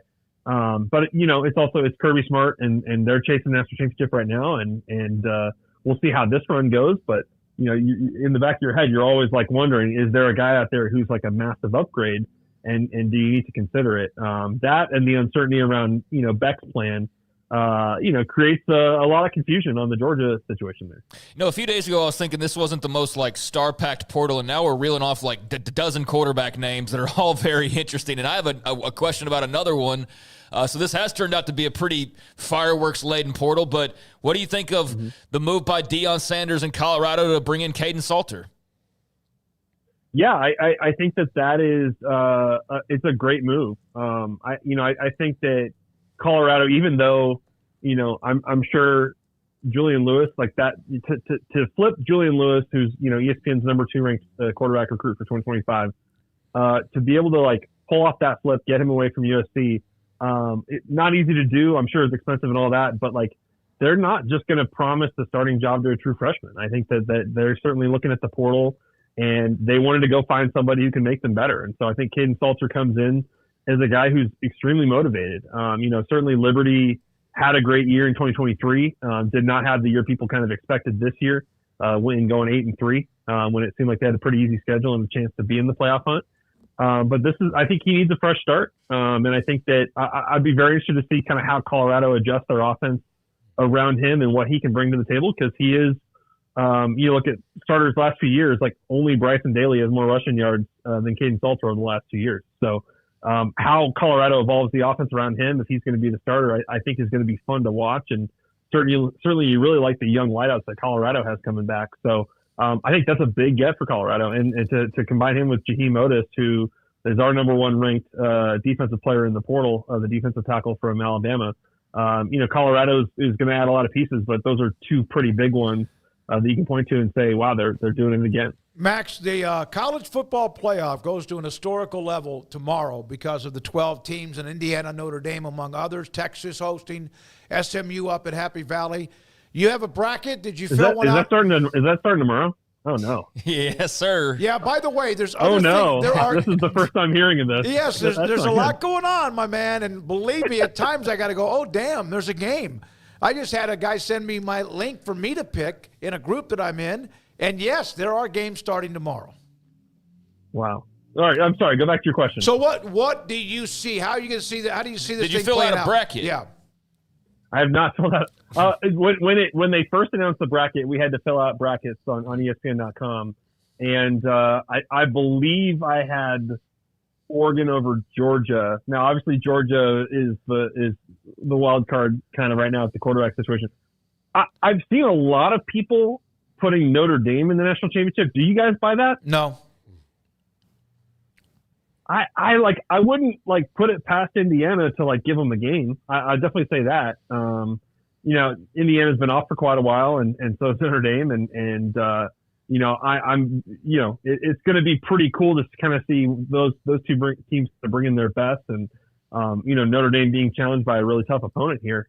But I don't think it's like impossible that the Hoosiers could pull an upset there. So I think it's going to be a fun weekend, and I think certainly on Saturday, you'd have to say that people are going to be watching because of the pressure that is on Ryan Day and the pressure that's on James Franklin and certainly the pressure that's on Steve Sarkisian in Texas, a team that has national championship ambitions. So to have this extra round and have these home games, I think it's going to be fantastic to watch. It'll be a little bit different. But this is certainly one of those weekends you kind of look forward to when they start talking about this model.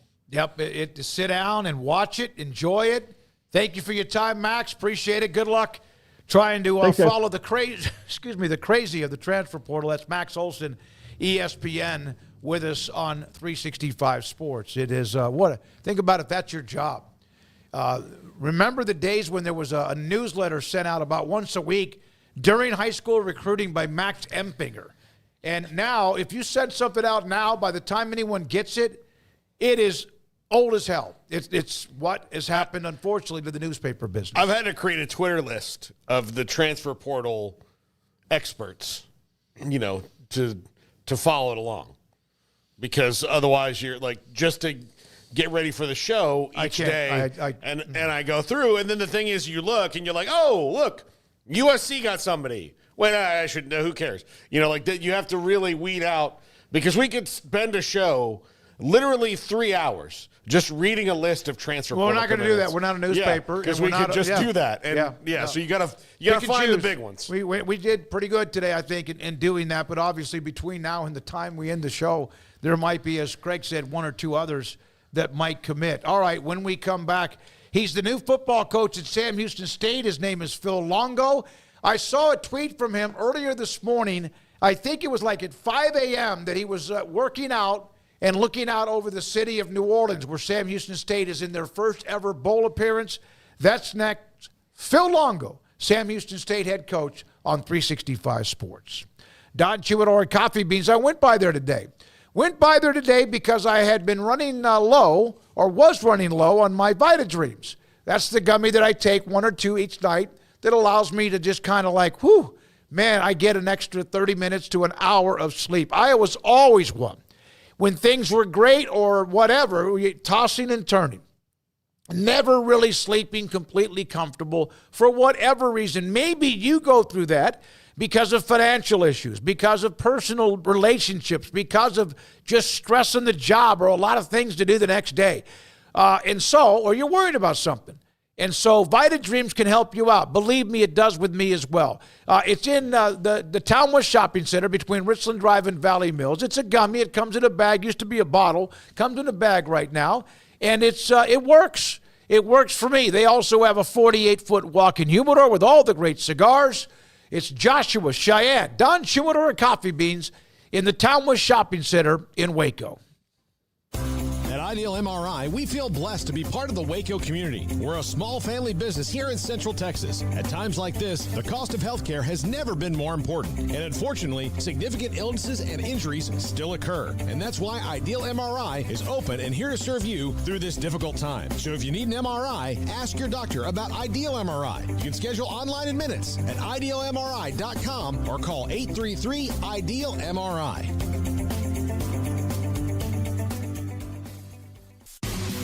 Pioneer Steel and Pipe opened their doors in 1943, and they have never wavered with their focus on great product and customer service, relationships with a handshake, making sure you, the customer, is satisfied. Their new facility is now twice the size, allowing new inventory, higher quantities, and in a much more organized fashion.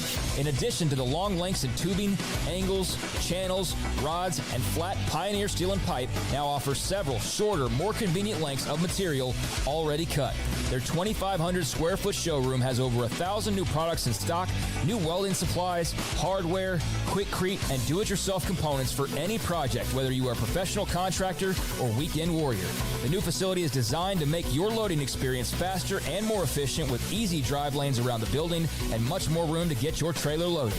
Our location may have changed, but our values haven't, and our relationship with customers goes much farther than just business. Pioneer Steel and Pipe on Loop 340 and Highway 6, and just east of I-35 in Waco.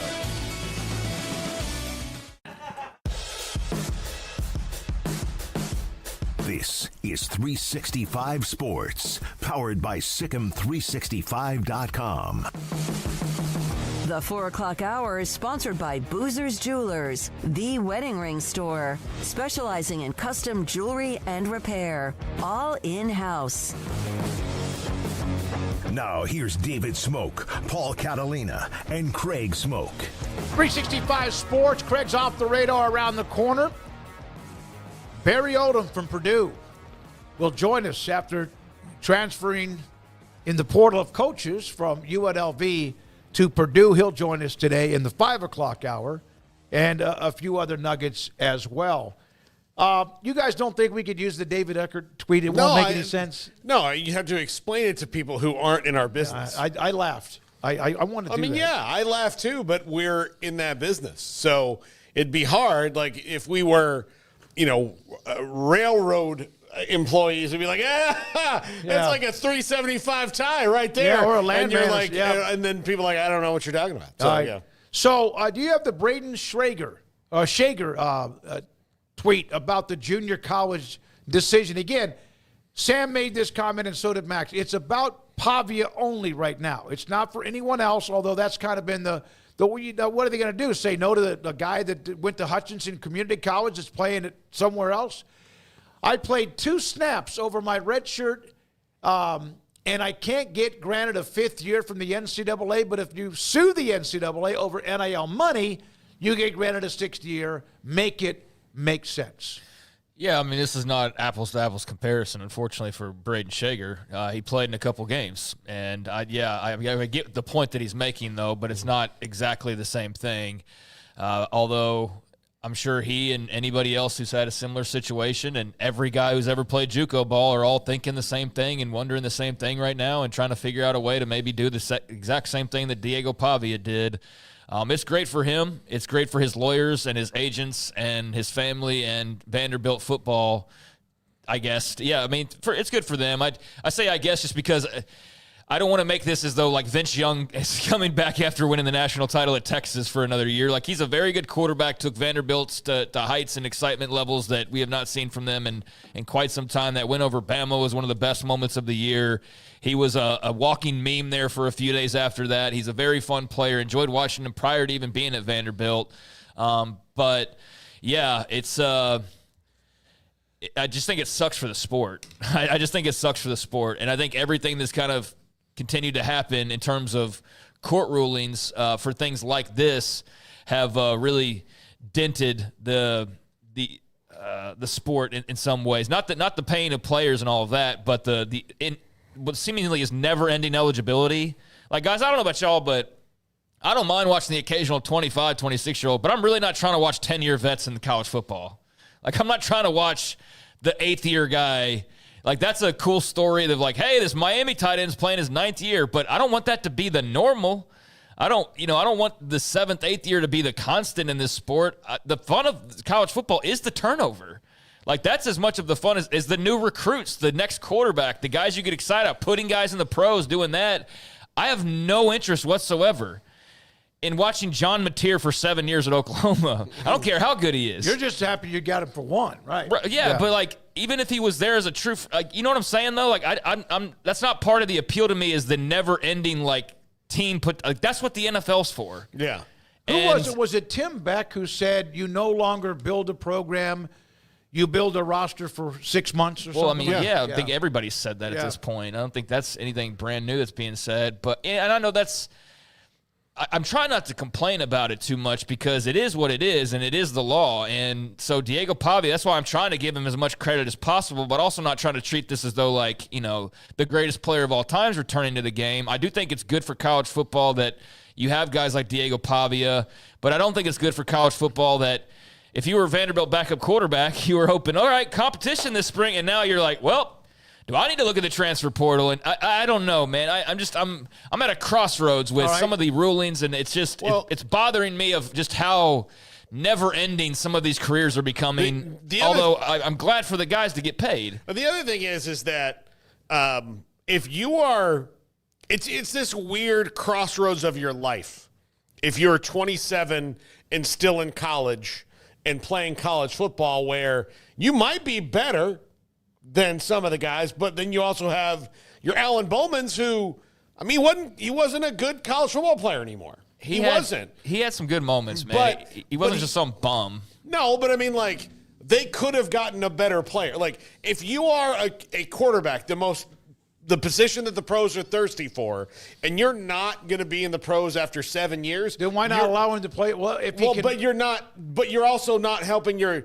You're not helping your team win enough to where you're worried about yourself. This is no longer about your team. I get it, right? But you're not helping your team win enough to where pro scouts or anybody's going, oh, that guy's good. Like, if you've hit your ceiling in college, you're probably not winning. Like, who's a 7th-year quarterback winning a national title? 6th year right now, okay, we'll see. God, I don't even know what years are in anymore. But, like, who's going to be a 29-year-old quarterback winning a national title? That's just not – I mean, I know Chris Weinke did it, but, like, other than that, like, I can give you one example. The rest of them are 22-year-old guys. By the way, Cam Newton played 2 years at Blinn, or 1, so he could play in the college 1 more year. Is that right? Well, I mean, he's been a pro, so no. Yeah, I know. There's some Auburn fans that how would love about to this see storyline? No, it was fun when it was unique, and it was like the baseball player came back, and there was a bunch of examples of that. You had, what's his Quincy name? Carter did. Brandon Weeden at Oklahoma State. That was fine. Drew That was Henson Josh Booty. Those guys had gone somewhere else, though. They had gone and played professional baseball, and they were coming back to college. They weren't in college that entire time. And so I don't know. I don't love the 6th year, the all that. And I'm sure I'm in the minority in some circles. I'm sure there's people that absolutely love this. Probably Vanderbilt fans today that absolutely love this ruling. But I hate the extra can of worms that it now opens, and knowing how these things typically go. I'm assuming now in the next few weeks, and maybe I'm wrong, but if you are a guy who stands to make any money and you're not going pro, why would you not challenge this now? That's what I'm. Yeah. So like, if the floodgates open up, I just think that creates such a tsunami of even more congestion and whatnot that I just don't love it for the game. But I'm glad for the individuals that they're getting to maximize their potential. That is great. And all that, but yeah, it sucks for the sport. I don't want to watch 7th-year quarterbacks all the time. By the way, Alan Bowman was only 24, a wet blanket with that nugget, and I checked on him. I did the community notes on him. Yeah, I think it was 24. more Chris Wenke that was like 26 or whatever. Here was something that was going on before Mateer committed to Oklahoma, and then there was a little bit of just, what if this happened? Because nothing would surprise you anymore, or me. So they get Arbuckle to Oklahoma, right? Then Dickert leaves for where? Wake Forest? Yeah. So what if Washington State, after Arbuckle was on campus at Oklahoma, Mateer commits to OU and Arbuckle gets the job at Washington State? Yeah, that would be something. I mean, you're like, oh, no way. You don't know that, but would that not have just like been the ender? Yeah. If I've been Arbuckle, though, I think right now Oklahoma's the place where I need to be for my career. Sure. Yeah. But that was something. Well, Emory said he had a Dean bunch Blevins of friends up. really nervous about Oklahoma State fans, nervous about it. About Mateer? About Arbuckle. Oh, about Arbuckle. Okay, yeah. No, that's a heck of a pickup. And so we're now going to be joined here by Phil Longo, the head coach at Sam Houston State, with us. The Bearcats in a bowl game. Their first ever bowl appearance. We've talked about it. We had it with Casey Keeler, the transition of what this program, that school athletic department's done in Huntsville. And Phil Longo joins us on 365 Sports with Paul Craig. I'm David Smoak. Coach, thank you very much. I saw your tweet this morning. At 5 o'clock, you're working out. You are fired up, aren't you? Well, that's kind of routine for me. I'm an early riser, so I usually get up about 4:30, and I like to hit the heavy bag or lift in the morning and just get that stuff out of the way because the day gets busy. Here, it's kind of hard to hit the heavy bag. There's not one around, so I figured I'd go running in downtown New Orleans. It was a very interesting run at 4:30. Well, Coach, at 4:30, you are seeing people who are at the end of a night long of bad decisions. So it's really pure comedy, right. Isn't it? Yeah. Well, I'm not going to lie. There's probably a few times where I need to run a little bit faster than others. What is it like right now? You've taken over the program. The team is playing tonight. You get a chance to watch them. You obviously had studied them. You know Sam Houston State because of previous relationship when you were there. What is it all like for you right now as you try to figure out the future and what you can do now in the next 2 or 3 weeks or months? Well, it's exciting. You know, one, I love challenges.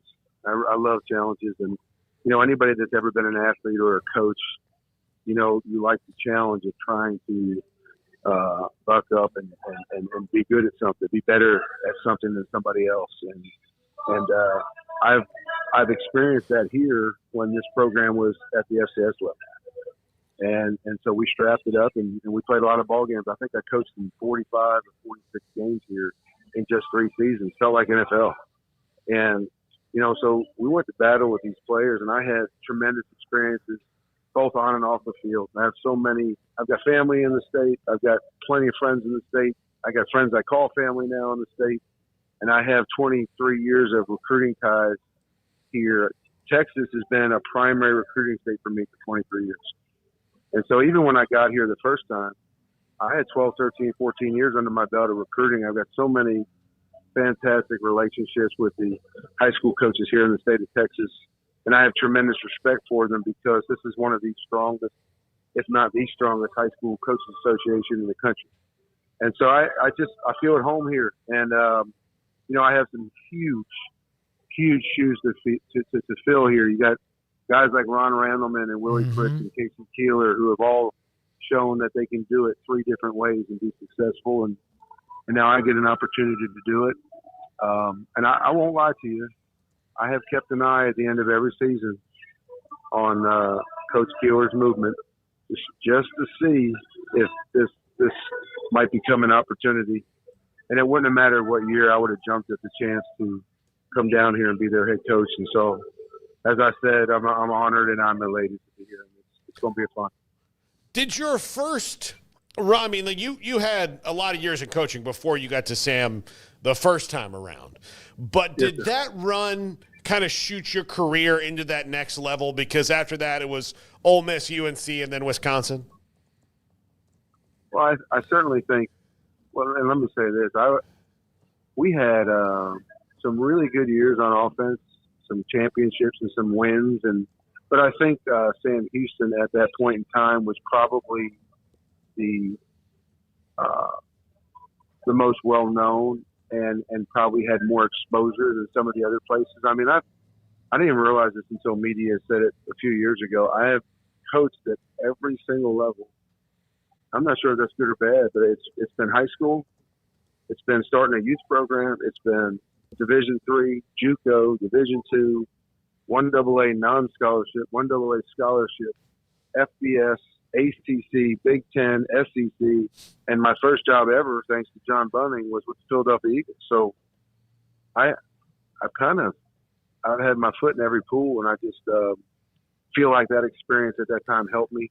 But Sam Houston was probably the highest exposure team I was a part of, and it really just helped kind of put it on center stage, as to say, maybe put it in the spotlight a little bit. I have been very blessed. So to be able to go to play and to go coach at Ole Miss in North Carolina and Wisconsin and take all those experiences and be able to come back here and plug them into a head coaching position it's been fantastic, and I can't wait to get going. The first time that, because of the offense, the air raid version of what you run, and we've had Hal Mummy, and of course, God, we missed 2 years ago, about a week ago or so, with Mike Leach, Sonny Dykes, Tony Franklin, among others. But when you first sat down with Mike Leach, did you know then that there was something really special between his ears and what he knew about football? I did. I'm not a very bright guy, so when I sat with Mike and he was able to present the offense in a way that made a lot of sense to me, I understood it easily, and I felt like at that point I can teach this to players. I can teach this to some players maybe that aren't the smartest guys in the world, and we can be really, really successful. And I left the day that I decided to adopt the system. I left that day and have done nothing but study it and try to make it better and improve it and upgrade it ever since. And then I got to know Cliff Kingsbury, who was on the much more creative side of this air raid world. And I thought studying him and all the things that he did at the time, he was one of the most creative and most creatively successful offensive coordinators that there was. And so I spent a lot of time pestering him and getting to know him and trading ideas with him. And so those two really they were consistent every year motivators for me to continue to develop the offense. I'd say the only real difference from Mike is that I do firmly believe that you have to be able to run the ball as well. And so we're probably a little bit more multiple and a little bit less one-dimensional because we won't try to run it as much as we do throw it. We want both to be efficient. And that's probably the only thing that separates me from Mike philosophically. Phil Longo, the head coach at Sam Houston State, with us on 365 Sports. Now that you step in, you've been other places, and now the air raid's kind of everywhere. But here in Texas, I mean, it is what almost, I would say 80% of the high schools use some variation of it. Does that make it easier in the transition for your players to come in and play faster because you're using a system that is pretty much like they grew up playing? It helps when they have experience that overlaps with what we do. Mm-hmm. You know, one of the big advantages we're going to be a little simpler than some, and so at the end of the day, football is football. 4 verticals is 4 verticals, and power is power. You know, so there were, even at Wisconsin, there was a lot more overlap than people think. You know, it just becomes whether or not philosophically you believe in a certain approach over another. You know, when we got to Sam Houston the first time, you know, they were running a lot of triple option stuff with Willie Fritz, and they were winning ball games and going to national playoffs on a regular basis, and they were really, really good at it. And, you know, we kind of switched gears and opened it up and threw the ball all over the yard, but we still ran the ball considerably just as much at Sam as we did throw it. I think for whatever reason, when you tag those 2 words, air raid, to everything, the assumption is that you just don't run the ball. And with us, that's just not the case. What were your thoughts? You were at North Carolina with Mac, that he's retired. And, of course, Belichick now the head coach there. What was that like coaching with Mac?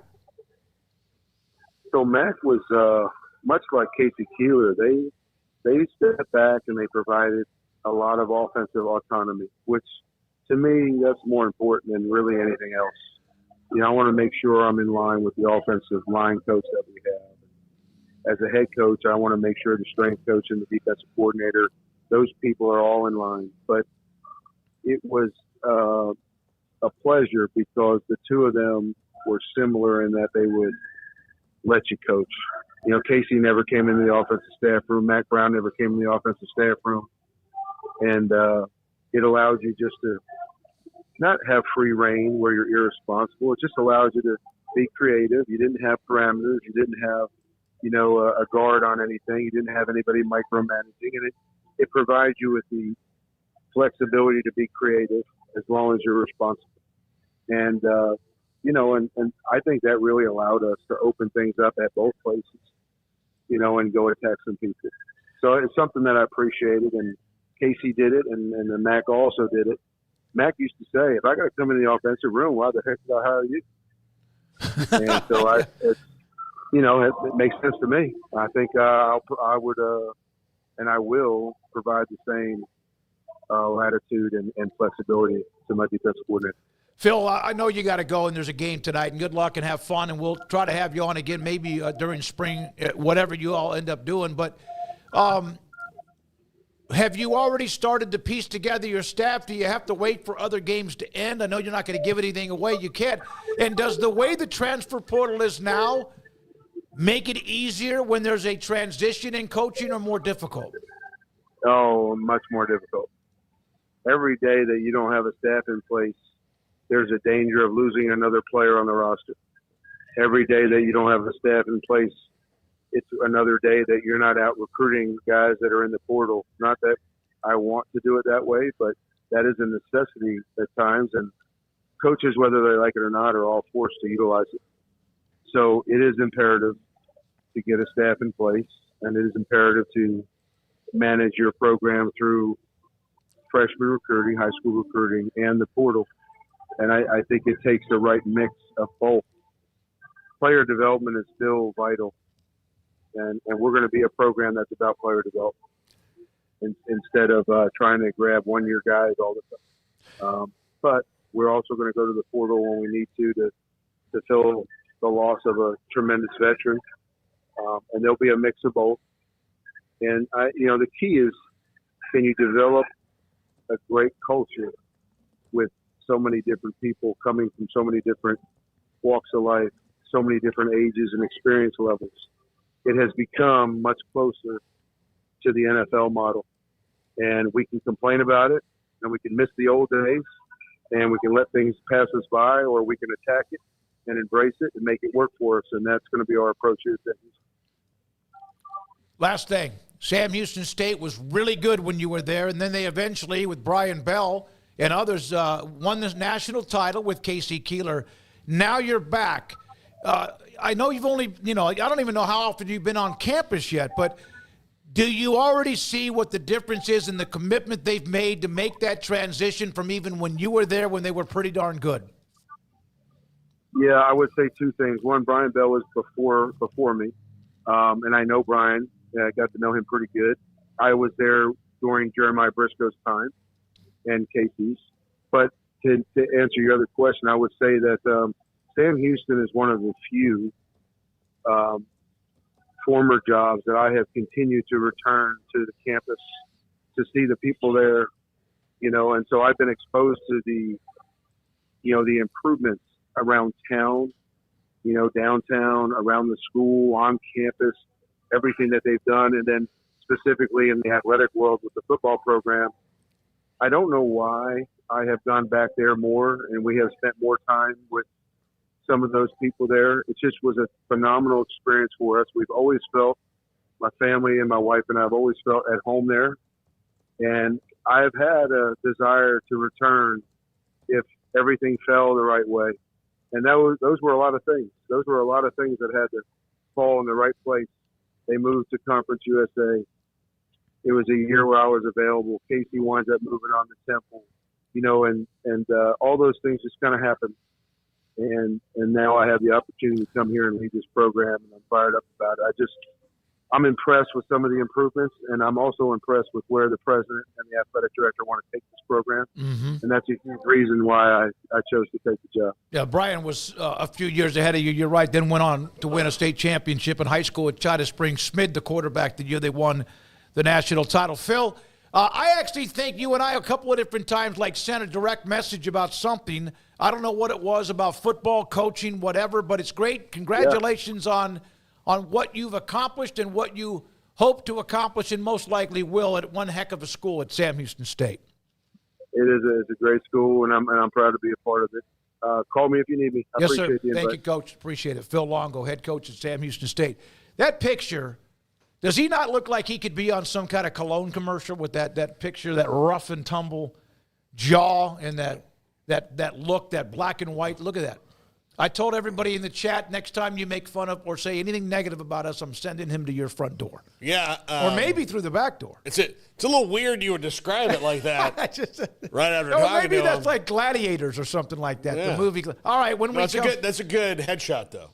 No, it is. Yeah, it's a good headshot. All right. The next segment, Off the Radar with Craig Smoak, also around the corner, Purdue football coach Barry Odom, who we've known for quite some time, and his thoughts about his job with the Boilermakers.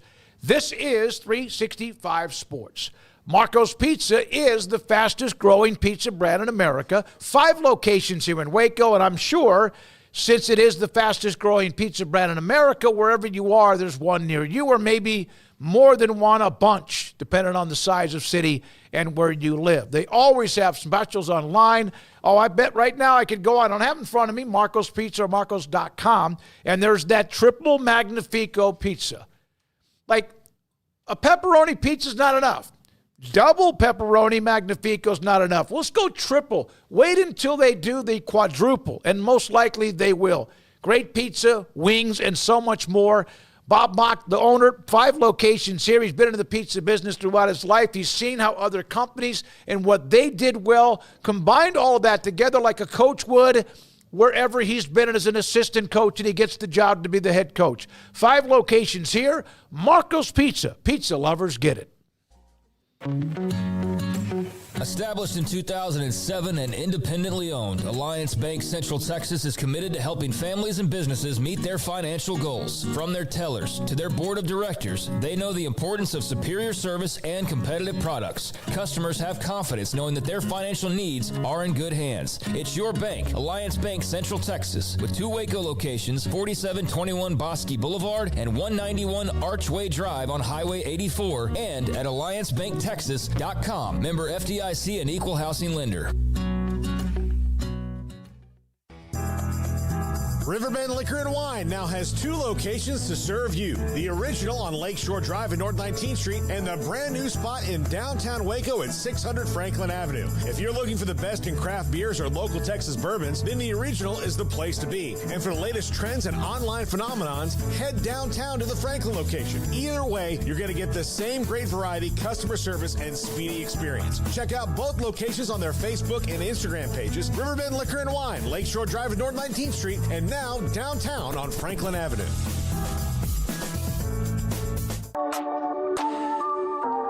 This is Craig Smoak's Off the Radar, presented by Alliance Bank. They take pride in making banking easy. AllianceBankTexas.com. Welcome into Off the Radar here on 365 Sports. Last go-round before Christmas break for this segment. A couple times a week for those maybe just tuning in for the first time. We just stop down and look at a variety of headlines and stories of interest from all over the world of sports, but definitely have some college football crossover in pretty much every segment that we do this. And I'm actually going to start off with somewhat of a college football story, but I was looking through this article last night, and I was planning on holding it till probably tomorrow, but I didn't really know how we'd have discussion around it, so I think it's actually best for here. But then one of our earlier guests, I don't remember if it was Sam or Max, was just talking about their playoff bracket, and they were bringing up the amount of talent that Texas has, right? Like, y'all heard that part of it, and the talent is certainly a reason why you would go with Texas as maybe your college football playoff championship winner. But it was just, it clicked in my head when they said that. I'm like, oh yeah, well that's interesting, because just yesterday I was reading this article from Matt Miller, who we've actually known for quite a while, and he's been around. He was at Bleacher Report there for a while, years and years ago, and he's at ESPN and doing their draft coverage, and he came out with his draft tiers for every CFP team. And I don't typically get too caught up in this, but we had the conversation the other day. Paul, you weren't here, about the Giants and the Raiders jostling for number one, basically. Yeah. And that how, if you look at mock drafts, Travis Hunter is like the top player or whatever. But I guess it depends on if you're looking, are they picking by team or are they picking by player? Mm-hmm. But either way, there's plenty that have Travis Hunter going like number one overall. But I'm looking at it, I'm going, okay, if it's the Giants or the Raiders, which it looks like it's probably going to be, you have to go Shedeur Sanders, right? Like, you have to go Shedeur Sanders. Yeah. So we just got kind of talking about that. But it was very interesting to me that Matt Miller looked at all of the playoff teams and broke them down by their NFL talent and who he expects to get drafted in the next few years, or in the next year or two. And for Oregon, for example, the number one team, they've got a couple first-rounders in Derek Harmon and Josh Connerly. He's got Evan Stewart as a possible second-round pick right now. Mm-hmm. They've got a trio of round 3 type picks with Jordan Birch and Terrence Ferguson and Tez Johnson, and it goes on and on. He's got Dylan Gabriel as a 6th-round pick. So they've got probably about 10 guys. But the whole reason I bring this up is because I looked at Texas' list, and by God, man, like, they've got, I mean, the talent, we know it's there, but it's kind of ridiculous what Sark's building up there now. No. They're looking at a draft where if it were to fall the way, and Matt Miller, should say, is a Texas fan, like a hardcore Texas fan. But you're looking at like maybe like 14 draft picks this year. Mm-hmm. If it falls the right way. What did he have last year, 12? Something like that. Yeah. But he's got Kelvin Banks Jr. as a first-round pick. He's got Jahdae Barron as a first-round pick. Okay, yeah. Cameron Williams, the offensive tackle, as another first-round pick. And then he's got Isaiah Bond, who dealt with some injuries, but still was pretty productive given that he wasn't the dude that you thought. But he's got him as a first-round pick. He's got Quinn Ewers if he were to come out as a second-round pick. Alfred Collins, a second-round pick. He's got Trey Moore, Andrew Makuba, Gunnar Helm as round 3 picks, Vernon Broughton, Matthew Golden, Jake Majors, Barron Sorrell, David Gabenda, Hayden Connor, the Broughton, Golden, Majors, and Michael Taff. He's got them as round 4 picks. I don't really have like a point here other than like, damn, Sark is, I mean, that's the era of NIL and everything, but I was just blown away by the amount of talent that they've accumulated, and the transfer portal helps, and being Big Bad Texas helps. But, yeah, you add all that up, and you're looking at, like, double-digit draft picks, and maybe that becoming, like, a common thing for them as a program and for the Georgias and Oregons of the world. But, man alive, I can see why you would be won over by the amount of talent that they've put together down in Austin right now. I read an article one time, of course, with being under Saban, a lot of guys have coached under Saban, have been resurrected under Saban, and not all of them have been able to then go and do exactly what he did. The depth they have, even though there are players they have that are leaving the portal, most of the time it's probably because they want them to, and they just replace them with someone better. The skill people they have, and there's a video that he put out, and I know this. There's a video he put out about. Did y'all see the video he put out about the GPA of Texas? Mm-mm. They are not just they've always been talented. They've always gotten 4- and 5-star guys. What he's done there to create the kind of players they have mentally, physically, and gifted is very dangerous if you're not a Texas fan. And I have no love loss. I mean, y'all know that, but I respect. It's like I'm not a Cowboys fan, but I respect the Cowboys to the extent that I can without, getting into Jerry and all of that. I don't respect that as much. But you know what I'm saying, though. Like, you usually don't respect your rivals. Sometimes you do. And so I respect my rivals, and I like Sark, man, and I think he's done an incredible job, and the transfer portal definitely helps. But you look at some of these other teams, like Arizona State, Cam Scattaboo, like that's almost the entire list. He's got him as a 4th-round pick. Yeah. Maybe with the possibility to go higher if he has a big playoff. But the only other player, Shamari Simmons, their safety, he's got as a 6th-round pick. Yeah. So 2 guys. And one of it, if a 6th-round pick projection, like, you might not even get drafted at all. So Cam Scattaboo is basically a mid-round pick. That is Arizona State's extent. After the 4th round, it's a crap. Oh, yeah, it's totally. It's might as well just flip, cards over. Boise State, round 1, Ashton Genty. Like, that's pretty much locked in. He's going to be the number 1 running back. But beyond that, Ahmad Hassanein, round 6, and Cage Casey, if he were to come out, their offensive tackle as a 7th-round pick. So you just see some of the disparity in the NFL talent levels, and it's just very impressive what Texas has built up under Sark. So I wanted to shout that out because it's just very interesting to see that. Oregon's got their fair share. Georgia's got their fair share. But you remember, it wasn't that long ago, we were talking about them having drafts where 0 guys got selected. Oh, yeah. Twice that happened in the last decade or so. So I just, hats off to Sark, man. I'm not one to kiss their ass either by any stretch, but I do have to give credit where credit's due. And Paxton wants to send you a Christmas gift. He's building a monster. But that's how you do. I mean, look, I think they thought, like, they were very bad developmentally for a long time. Where there were some nuggets. Who's the offensive Ellinger. lineman at? They had who's the offensive lineman? Cosme? Yeah. Was it like I know what you're saying. But to be competitive on the level that they believe themselves to be capable of, which they clearly are, but, from 2010 until Sark got there, you're talking about, diminishing returns when it came to putting guys in the pros, and the teams that were winning the titles are the guys who are putting guys in the pros. So that's what you have to do to win the title, because you have pro-level players. Now, you don't have to have, and nobody's probably going to have the rosters anymore like, Alabama, LSU, Georgia did, where you've got 31 guys, all going to be 1st to 3rd round draft picks because of the way the portal works. But Texas has built a roster that not only gets players but develops them, because they would get guys that are 5 stars and turn them into accountants real fast.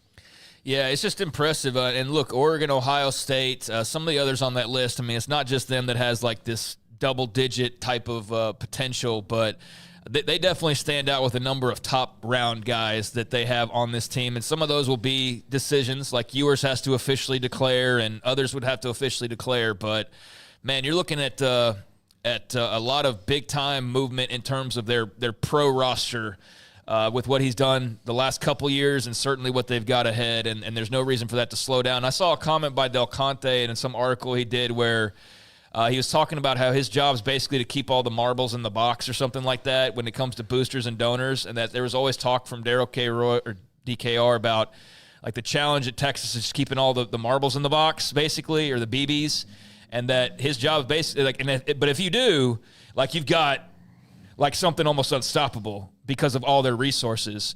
And so his job is basically like anytime like little BB falls out of the box, he's got to go chase it down and grab it and put it back in the box. And so long as he does that, they should be a force to reckon with. And this is their era in terms of the way you can take advantage of things. They have the spine from the president to the AD to the football coach. Yeah. Some schools are fortunate enough to do that. Sometimes they have it. They screw it up.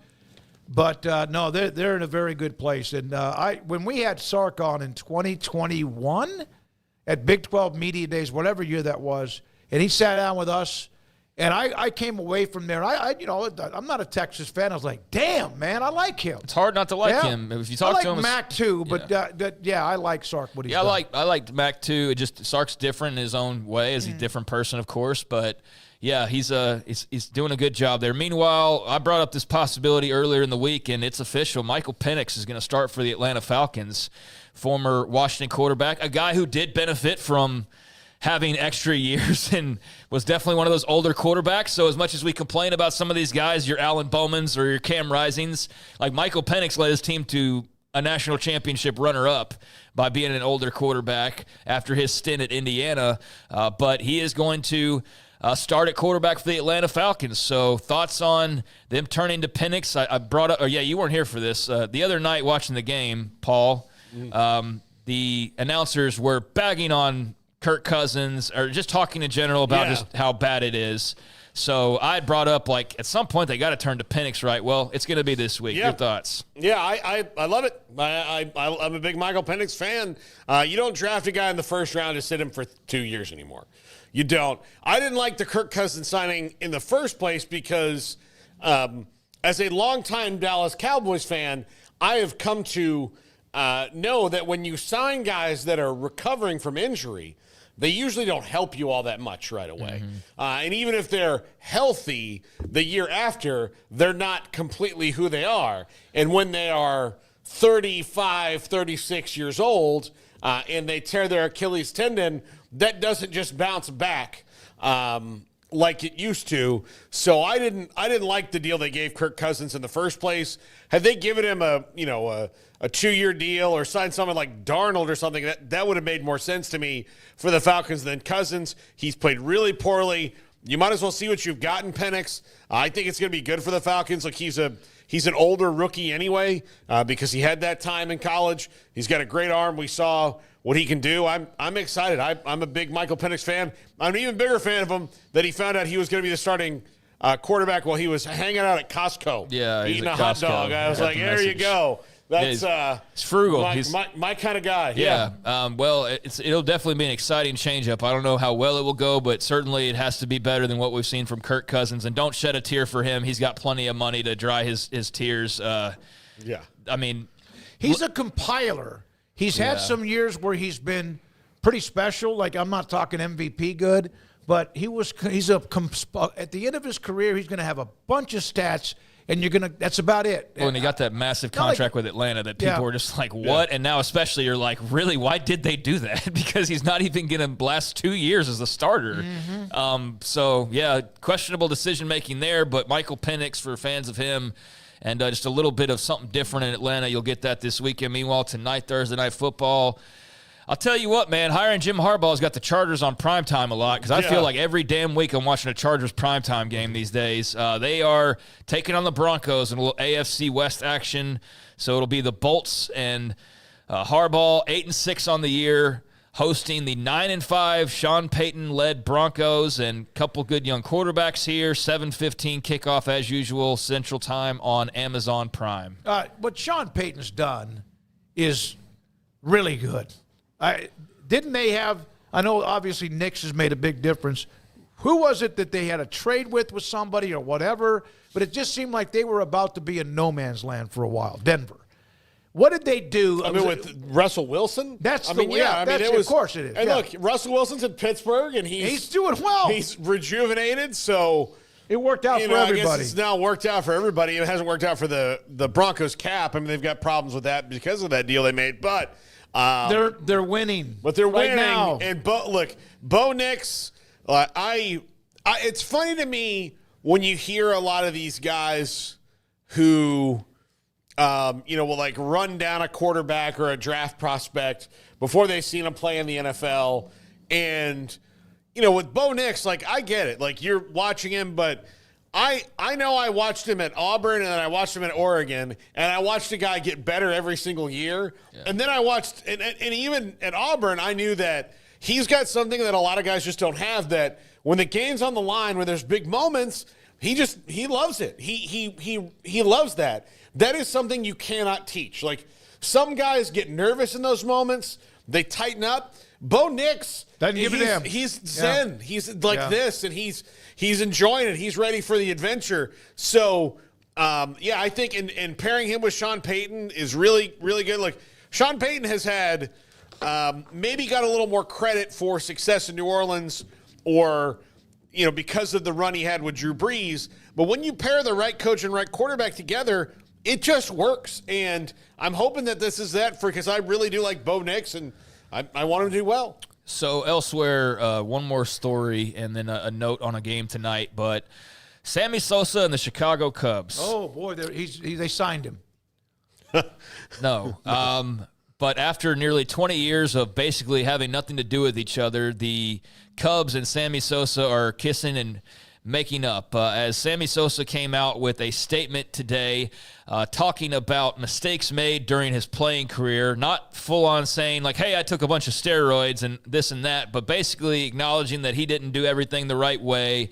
And this statement comes out and is pretty lengthy, but minutes after it was released, word came out from the Chicago Cubs that they've invited Sammy Sosa to attend their winter fan convention for the first time since his retirement in 2007.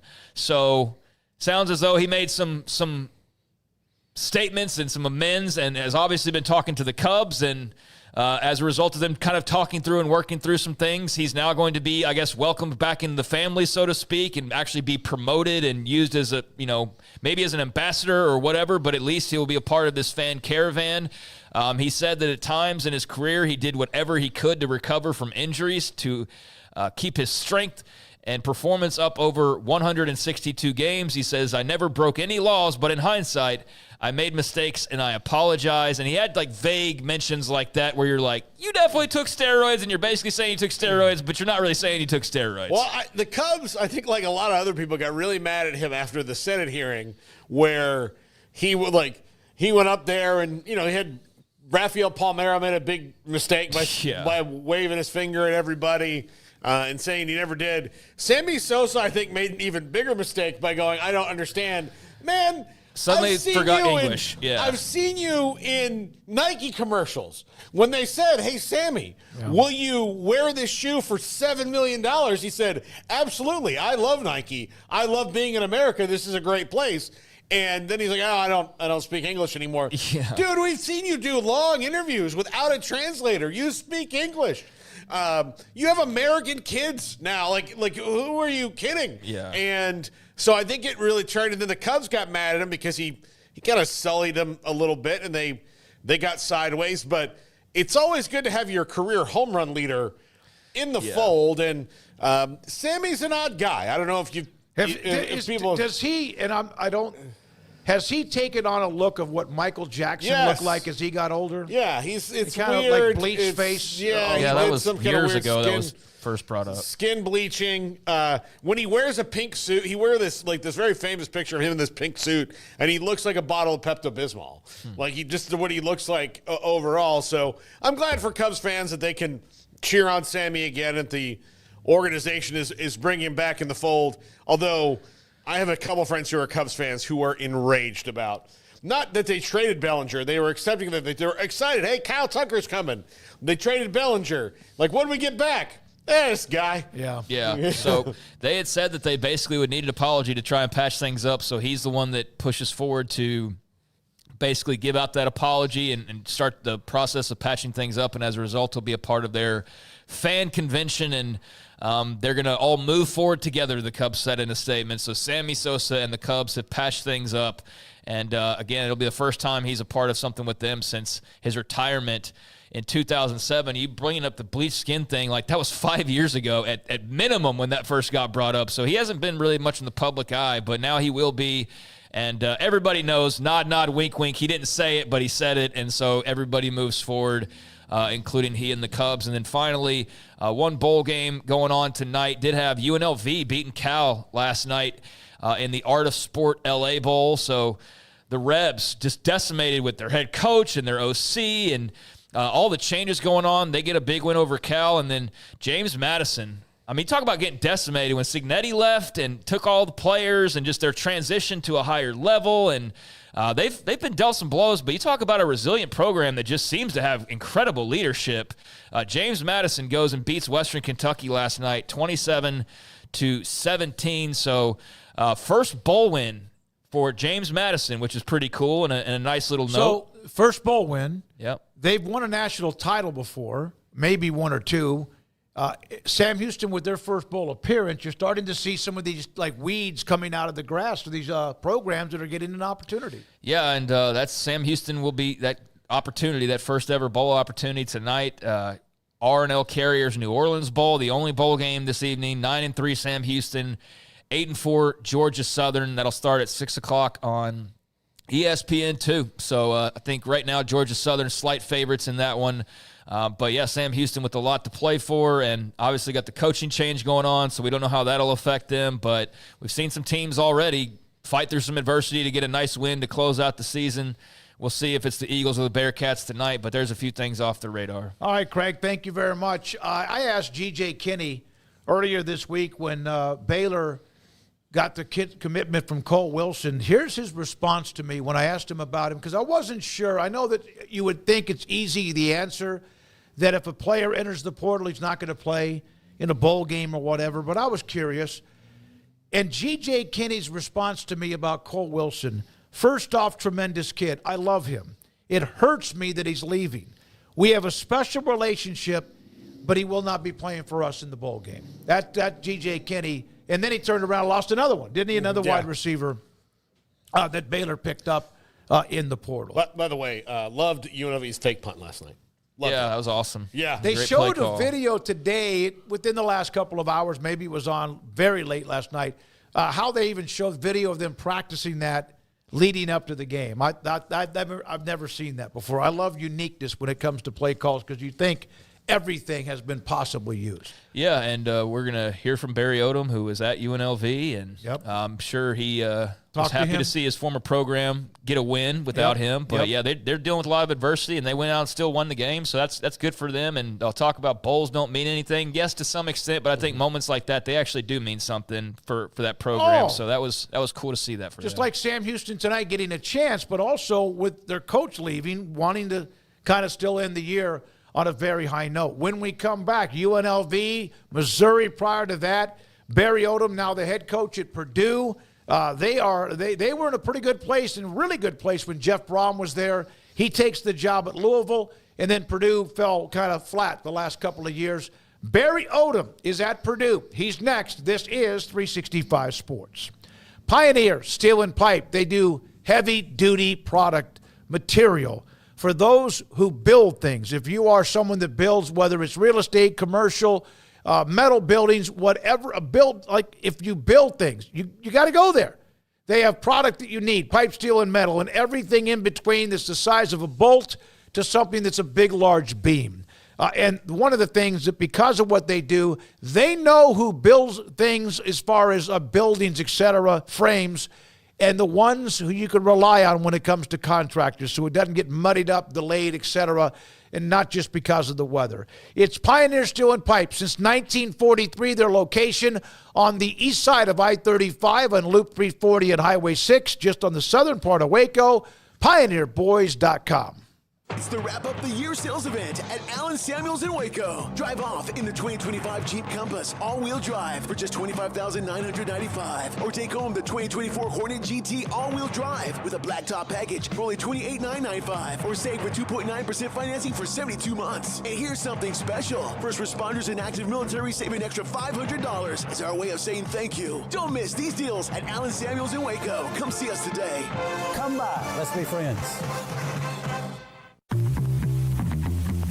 Automatic Chef is your local vending, office coffee, and micro market provider, delivering outstanding service to break rooms all over Central Texas for over 50 years. Automatic Chef brings the best products to your location at the best prices. With hundreds of choices in fresh food, coffee, snacks, and drinks, let Automatic Chef tailor a break room solution to your needs. Make break time great again with Automatic Chef. Automatic Chef Canteen, 6900 Imperial Drive in Waco, or online at automaticchef.com.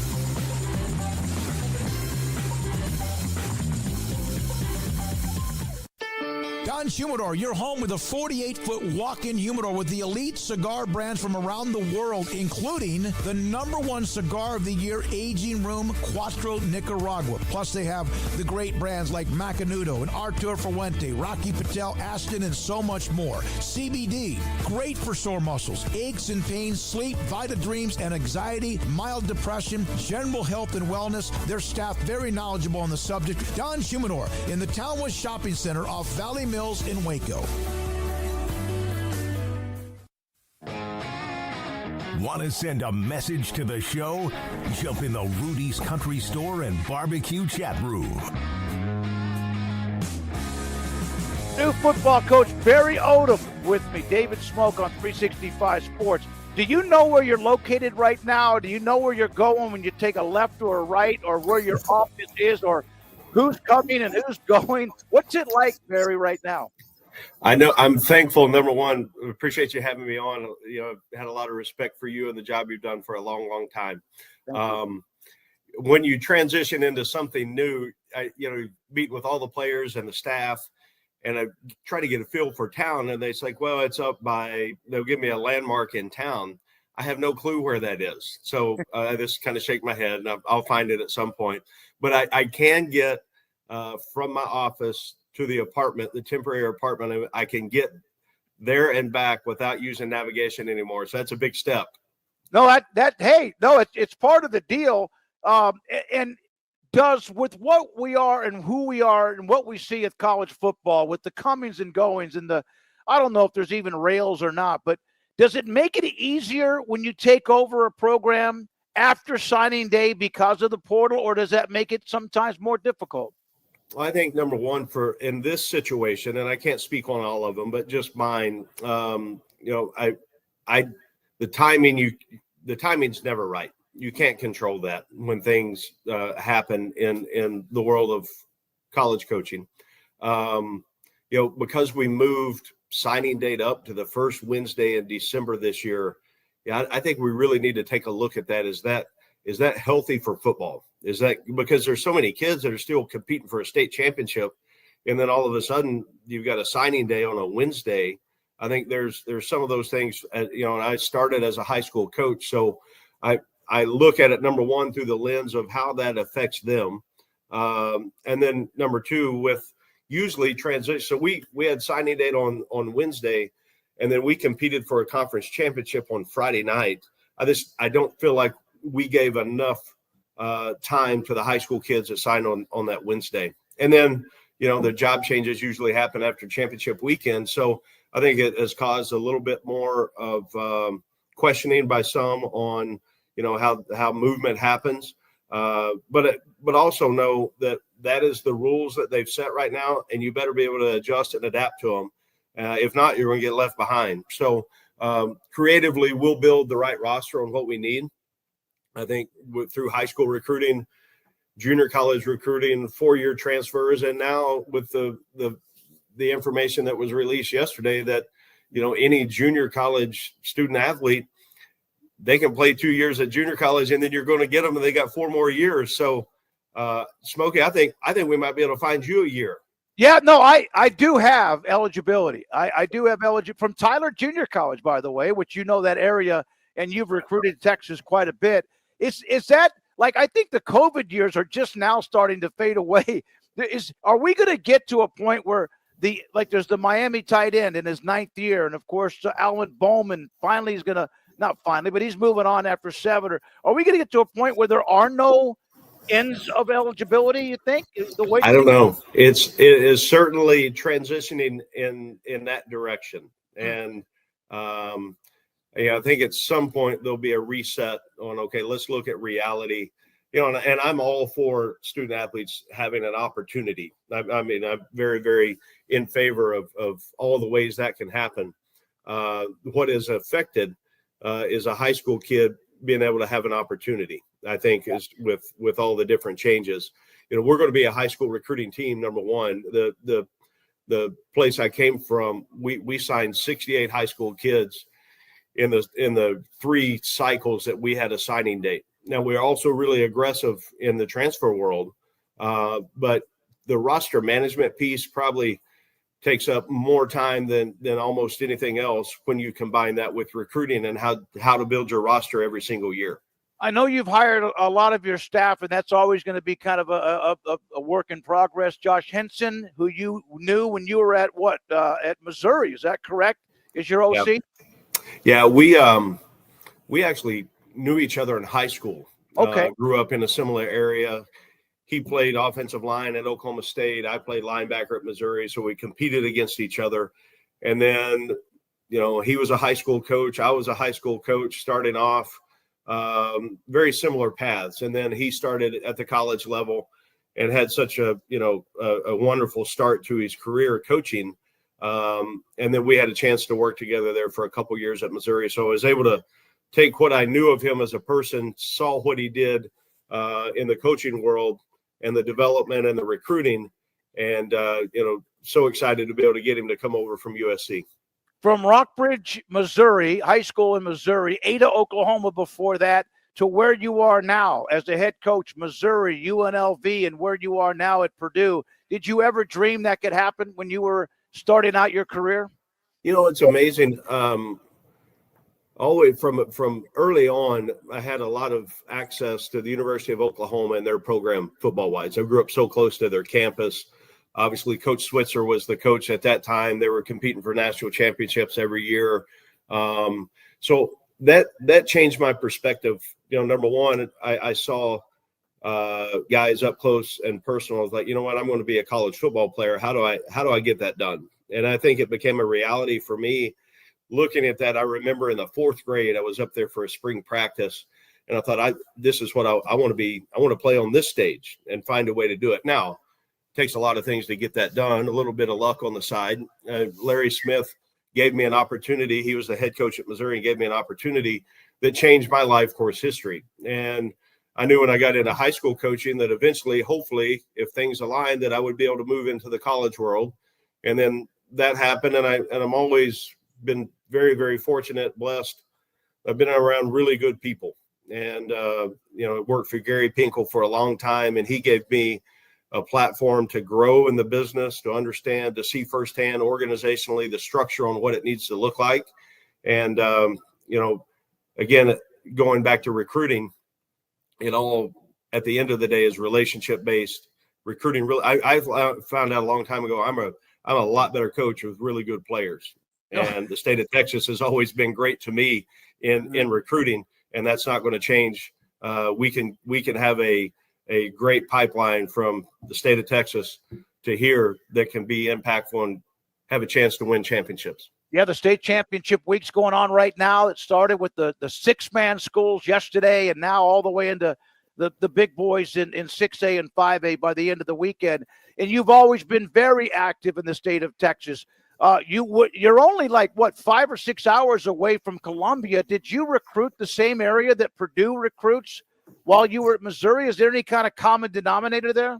Well, I think you look at, everywhere that I've been, I've always drawn a 6-hour radius around campus and say that's got to be our home. That's our base. And geographically, you look all the places that fall in line here, there's going to be a lot of direct carryover. And I think, the more that you're in the high schools over the years, and for us, it's an open door high school with all coaches, high school coaches. They want to come sit in meetings, go to practice, see how we coach, teach, operate, mentor. Then you build real trust, and that you go in the school. They know if they send a kid to you, what they're going to get. And there's great value for that. I look at in Texas this weekend, Scott Surratt at Carthage going for championship number 10. Yeah. I mean, how unbelievable that is. Scott's been a really good friend of mine. Barry Norton forever that's bounced around, went through one of the first stops that I made years ago was down in Lufkin and Longo. Coach King, there's things that I watch his practice structure and I come back and I put in play for us because it works. And there's so many great coaches in the state of Texas that, we're excited about having a chance to get some of those guys up here on our roster. Yeah, Carthage is playing against La Vega out of Waco, and of course they're loaded up. And I'm not that far. We've covered them and saw them win a state championship a couple of times with now Don Hyde. With you being at UNLV, which whatever terms we want to use, there's been a separation to the Power Four, the G. How hard was that, and what is the thought of those schools? Dickert now is gone at Washington State. You now have left, and it's a better opportunity for you. Can you give me the perspective of being at that school or in that situation, and was it an uphill climb? Well, I look at number one, Eric Harper's their director of athletics, and he grew up in Texas in the Metroplex area. played at K-State under Bill Snyder. He knows what football needed to be, what it's supposed to look like. So I removed that whatever that adjective is on, are we group of five, or we power four? It did not matter to me. We operated, at that time, I operated on where I'd been the last 20 years, and that was in an SEC program. So we put things in place there that looked structurally very, very similar to that. And I was not going to take a backseat to anybody. We played this year, opened up the season at Houston with a win. We went to Kansas week 3, got that win. We went to Oregon State and got that win. They won game number 11 last night. They won the bowl game against Cal. So I removed any of those. It didn't matter. We're going to go compete against the best. It's our job to build a roster and a coaching staff that anticipates and expects to be a player in the 12-team playoff. And we were one game away, honestly. Boise beat us in the championship game. So there are challenges everywhere, but I look at there's opportunities everywhere, and it's all what you make of it. I want to get into Purdue, the fan base, the loyalty, and more. But if you don't mind, you played against Ashton Jeanty. You saw him up close and personal. How great a player was he, or is he? Unfortunately, I saw him 3 times, twice this year and once last year, and walked away even more impressed after the game was over on what I thought about him going into the game. And I know, Frisco Lone Star, what a great program they've got. They've had so many players. We recruited a kid out of there years ago, Nick Bolton, that's playing now he played for us at Missouri when I was a head coach there. And, there's really good high school players that turn into great college players, and Jeanty will go down as one of the best ever. A lot of respect for him. Barry, the Purdue fan base, there's a great history and tradition. Obviously, the Big Ten now, like all the other conferences, has gotten bigger.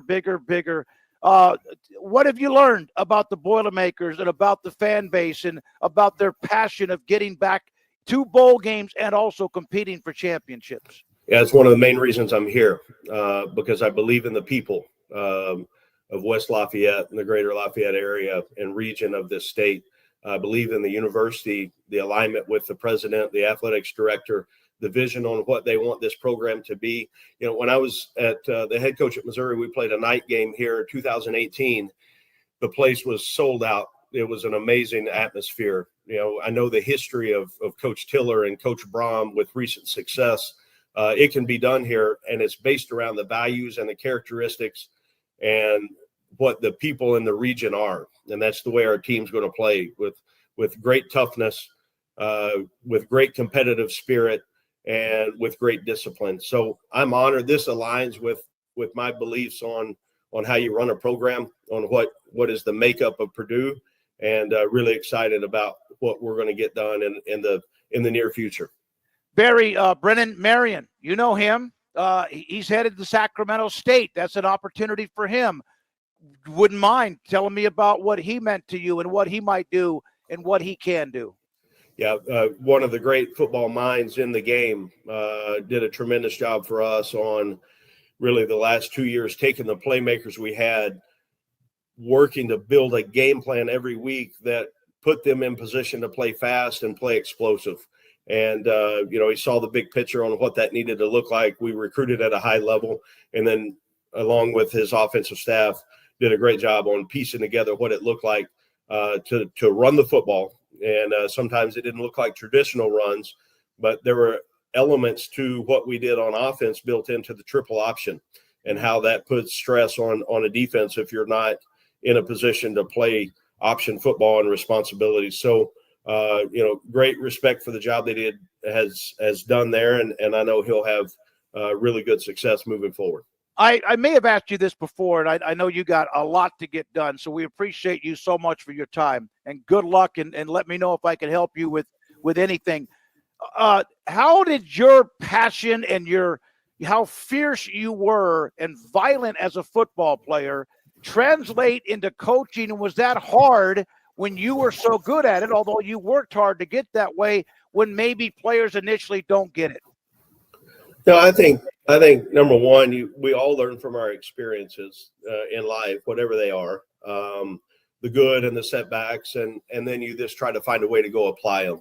I think for us, in our program, we've set a standard and expectation on what our habits need to look like every single day. It's a 12-month really plan of what that looks like. And if you'll stay on track with that, success will follow. And it's, the hardest part of that is everybody can do it for the first couple of weeks or months, but are you consistent and disciplined enough and have enough accountability to do it for 12 months? And then you've got to hit the restart button and you got to do it again, because somewhere somebody is working really hard. And the great thing is we all get the same amount of time. Nobody gets any more time than we do. How are we going to use that time? And structurally, the foundation, when you buy in, we know it's a results driven business. Your habits will be exposed on game day, and it doesn't matter your habits in January. They're going to show up for us on August 30th when we kick this thing off. So there's a race against time. There's an understanding on what we need to get done. We don't have time to waste, but Right. we got plenty of time to get it done if we'll go to work. Last thing, I just sent a text to Scott Surratt telling him I was recording an interview with you and that you brought him up and going for that 10th state title. He goes, Barry Odom is great. I love that guy. He is a great ball coach. There were years ago that I wanted to go to work for Surratt. I said, let me mow the field. It was a turf field, by the way. Let me mow the field, call the defense, and we'll call it good. And he's impressive, as are a number of guys in that state in the way that they coach and teach and run an organization. Did you ever recruit Tyler Lee? Oh, yeah, every year. I don't know if you know this or not. Mike Owens passed away last week, and I was at his funeral Monday. Barry Norton was there, among a bunch of other coaches. I didn't know if you knew that. I wanted to pass it along to you. What a great coach he was, too. Wonderful coach. And think about the thousands and thousands of lives that he changed for the better. And, I think he took the approach of mentoring young men through the game of football. And we're very, very fortunate, I am, that I had interactions with Coach and many prayers for his family. Barry, thank you very much, man. Good luck with what you're doing in Lafayette with Purdue, the Boilermakers, and hope to see you soon. Have a great week. Thanks, buddy. Take care. Have a great week. Barry Odom, head football coach at Purdue on 365 Sports. And straight from Barry Odom, who, of course, his first college job was at GA, where he played and was a hell of a player at Missouri, eventually became the head coach. Mickey Spagnola, Missouri grad, joins us, DallasCowboys.com. You liked him, didn't you? I did. I wish he had a better chance at Missouri. He was a hell of a defensive coordinator, and I thought he was the guy that would really be able to recruit the Midwest. It didn't turn out as well as it needed to, but as I text you, David, I met him at a coach's caravan here in Dallas, and he was so nice. I mean, it's like, a lot of times, head coaches, they don't want to deal with us alumni, right? But I think maybe he found out we were in the media and, we maybe knew a little bit more. And it was a great conversation with him. And I wasn't one that wanted to let him go. I just thought he was a good person, and I thought he was a good coach, especially defensively. All right, so Cowboys, men, you know what? They're playing well. They beat a team that they're supposed to beat, but you just put them in that left column or whatever. And how many players on defense are actually starters from the start of the year and on the offensive line too? Well, if you look at the guys that they're missing, right away they lost Sam Williams, right? He was going to start at defensive end. Then they lose a couple games into the season to Marcus Lawrence. He was going to be the starter at the other side of the defensive end. Then they lost Marshawn Nealon and Micah Parsons for 4 games, Nealon for maybe 4 games. So their top 4 defensive ends were gone. That means you're starting number 5 and number 6. And number 7 is the rotation guy. They lose DeMarvion Overshown, and you're well aware of him. He's awfully good. Now they lost right from the start Deron Bland. He missed the first 11 games. They get Trayvon Diggs back, and now they've lost him for the season. And at one point, they lost the backup that was taking the place of either Diggs or Bland. He's on IR. And so it was one thing after another. And then they're playing musical chairs on the offensive line, losing Zach Martin. And they start Brock Hoffman, David. And then they lose Cooper Beebe to a concussion. So Hoffman goes to center, and they bring in TJ Bass, who came into the league, both of them did, as rookie free agents. And then their starter at left tackle, Tyler Guyton, goes down, and they had to use Udoka. Then Udoka gets hurt, and Guyton got forced to go back in and play. And then they got Bass hurt, and Udoka goes back in this last game and finishes off at right guard. So it was just one thing after another. And here they are. They're 6-8. I give them credit for being sort of resilient, won 3 of the last 4. And now it's a very slim, as I like to say, fingernail moon size hope to get in the playoffs, but they're still playing. And I got to give them credit for that. Mickey, yeah, I mean, look, I think last week when I talked to you, I was like, hey, the secondary's all back together. And then, Not for long, Paul. Yeah. Then Trayvon Diggs is out. I guess 8 months is the expected recovery time with his knee injury, and that comes about.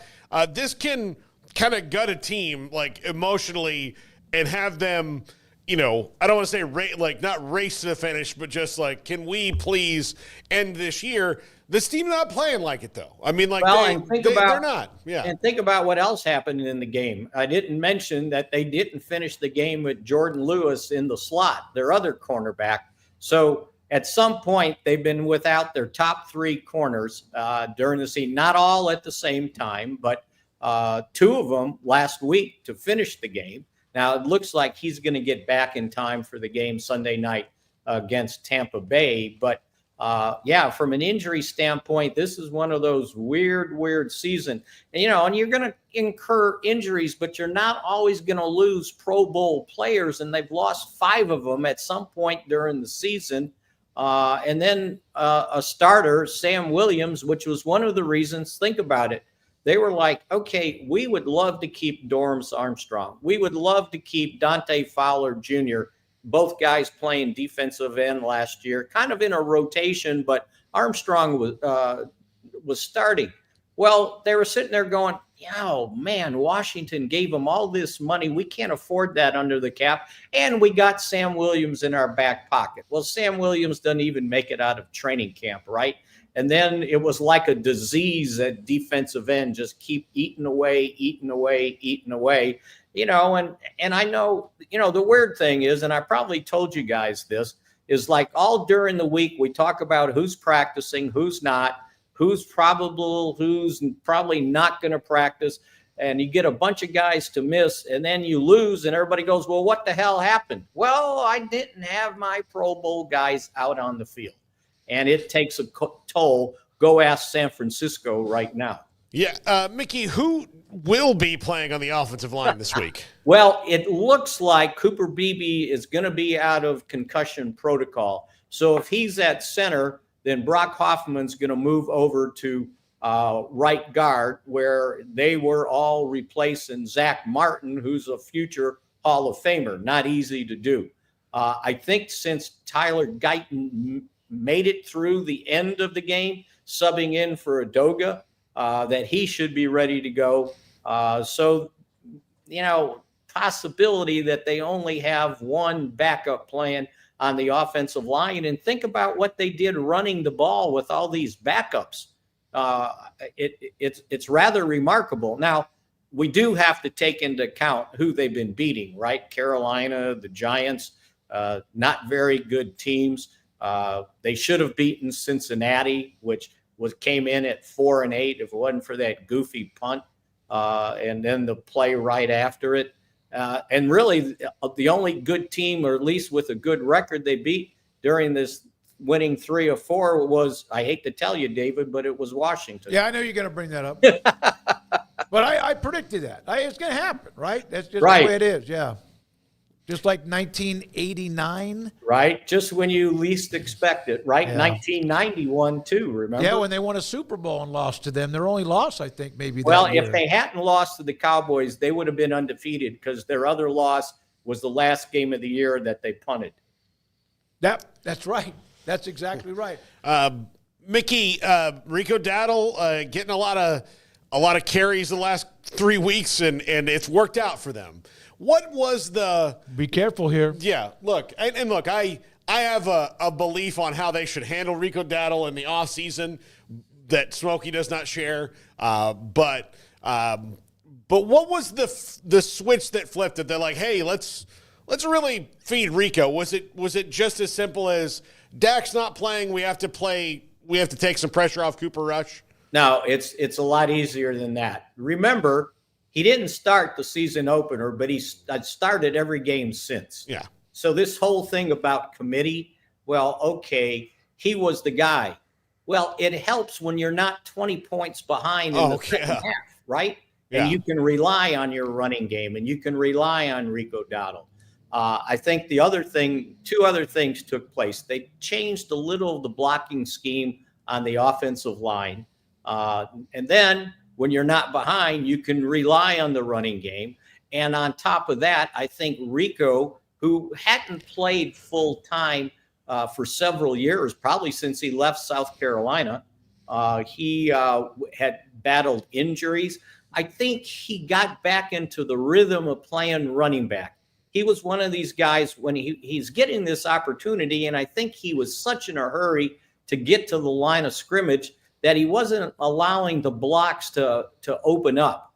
And one of the things that they were trying to teach him, it's slow to the hole, fast out of the hole. And he was getting there too soon. And I think he finally learned to kind of read the blocks, be patient, and then hit it. And as you see, he's got the speed to get through the hole, and he's got some power. He ran for 149 yards against Carolina. But you guys, there were times when he was getting hit for a 1-yard gain and his power was getting 4 yards or 5 yards. So it was one of those things where that 1 year when everybody was picking on Zeke, and I was sitting there going, he's getting hit behind the line of scrimmage so many times, he should be losing yards and he's gaining 3. So you got to give him credit for that. So I think that was a combination of things for him now, 3 consecutive games with 100-yard performances. Paul and I disagree on this. He thinks that they're playing against bad defensive teams, and I know Carolina's last in the league in rushing defense. I think that you cannot have Micah Parsons, CeeDee Lamb, Dak Prescott, etc. across the board, all big, massive contracts. Could they not? Is he someone that they could stick with, have a fairly friendly contract for both Rico and him, and that's where they save some money, at least until otherwise? Well, David, they'll be at the mercy of market value, right? And what other teams think of him. If I'm his agent, I want to see, what comes in free agency. Do I get like a really, really good contract, or is it just a medium-sized contract that's something the Cowboys could match? I'm sure they would love to have him back next year. Now, at some point, they're going to add another running back for sure. But other than that, yeah, you would love to. But you know what? As tight as the salary cap was this year, it's going to be even tighter next year because Dak Prescott and CeeDee Lamb are going to cost more against the cap than they did this year, significantly more. And Micah Parsons, in the 5th year of his contract, of his career, they picked up the option. That's going to, instead of, him charging $5-6 million against the cap, he's going to be 21 to 24 million next year. So it's not going to get any easier trying to re-sign guys or sign free agents. They would have loved to bring back Dorrance Armstrong and Dante Fowler Jr., but the Commanders money whipped them, And they were like, well, we got Sam Williams in our back pocket. We can let those guys go because he's going to be our starting defensive end along with DeMarcus Lawrence. Well, he doesn't even make it out of training camp. And then 2, 3, 4 games into the season, they lose DeMarcus Lawrence. So again, you may have a good plan, but this is the NFL and nobody feels sorry for you. Yeah, Mickey, this is going to be a year where they've got to hit on some of those mid-round picks as far as guys who can probably contribute like really well. They can't be like, well, this can't like maybe not as much of a stash pick because of that what you said. And that's what took place eventually this year, right? Yeah. Guyton needs to play. Yeah. He needs to be available. They keep talking about availability, right, with him. He hasn't played that much football. That's why he was the last offensive tackle taken in the first round, and there wasn't another one taken to the end of the second round. So that kind of tells you where they were with the offensive tackles.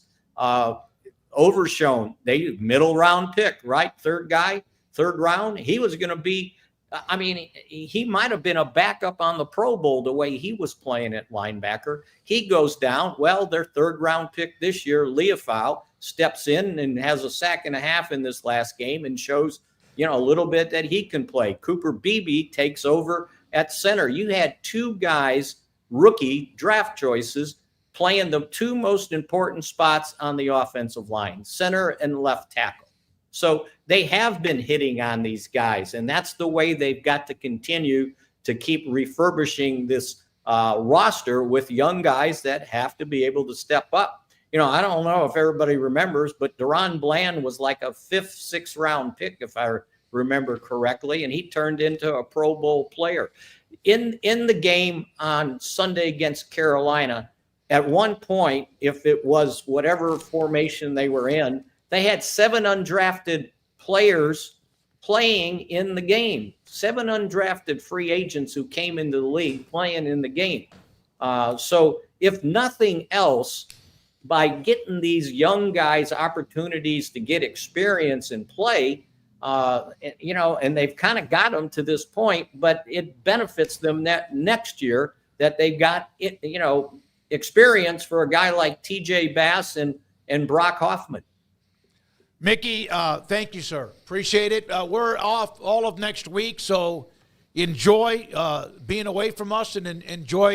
Can I take next week off? Yeah, you can. I'm giving you that permission. I will. I'll talk to Is it Eagleton? Derek Eagleton. Derek Eagleton. I'll be in touch with him. I will see if you can get the NFL. It's like whoever decided to put Christmas in the middle of the NFL season. Oh, I know. And they're going to start being like some of those off conferences in college football playing on Tuesday, Wednesday, Thursday, whatever. Or the NBA playing all day on Christmas, right? If there's an off day and it's in December, the college football leaders screwed up by allowing some openings of these weekend games, and the NFL, of course, kicked in that door. Now they don't care.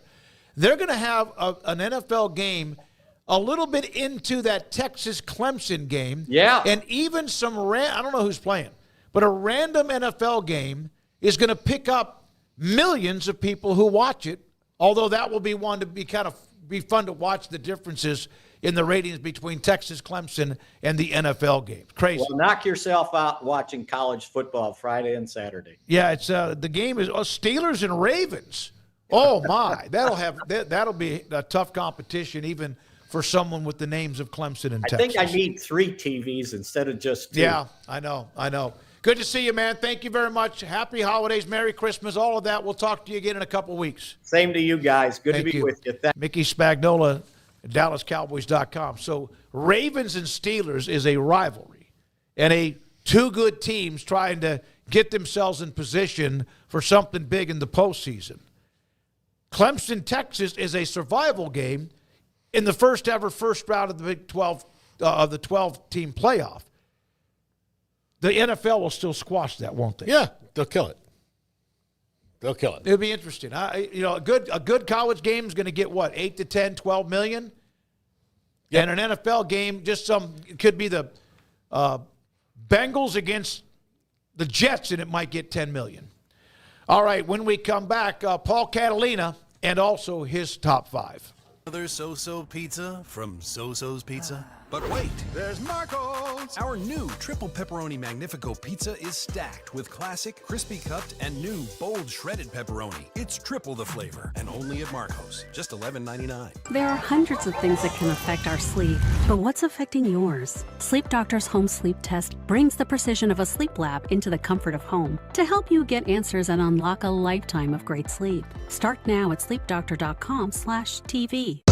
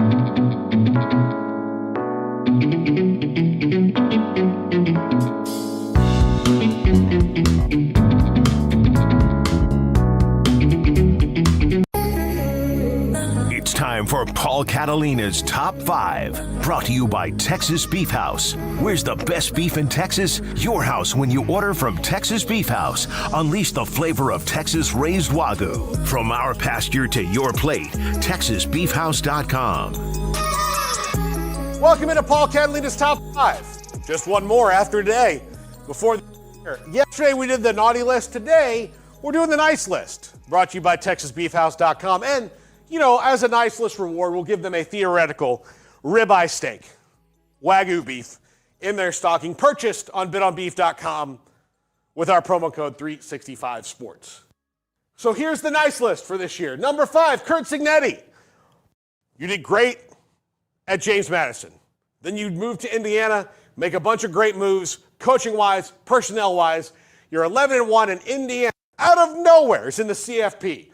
So congratulations to you, Curt, and your awesome Googleable sweatshirt idea of Look Me Up, I Win. Love it, love it, love it, Curt. You are on the nice list. Big, gigantic tomahawk ribeye in your stocking. Number 4, Ashton Gentile. Thank you, Ashton, for making the college football world look outside of where it normally looks for its Heisman candidates. Sure, Colorado, they've been there before with Rashaan Salam. Other people have been involved. Oregon's been involved. No knock on those guys. But any time that we can throw a Boise State into the Heisman discussion, it's cause for celebration. Because there are other teams out there that deserve a look. And Boise State's been doing this for over 20 years now. And finally, people, I think, are paying them the attention that they deserve. And that's in large part due to you, sir, and your fine work on the football field, being one of the greatest college football running backs who ever did walk across a field. Ashton Gentile, big tomahawk ribeye in the stocking for you. Number 3, Kenny Dillingham. Last year, your school put you deserve that. That was wrong. That was wrong. You guys had nothing to play for before the year even started, and that was stupid. Not your fault. Arizona State's fault completely. Now you are in the college football playoff. Again, like Curt Cignetti, out of nowhere. Now look, what do you get for a guy who already has a Cam Scatterbo?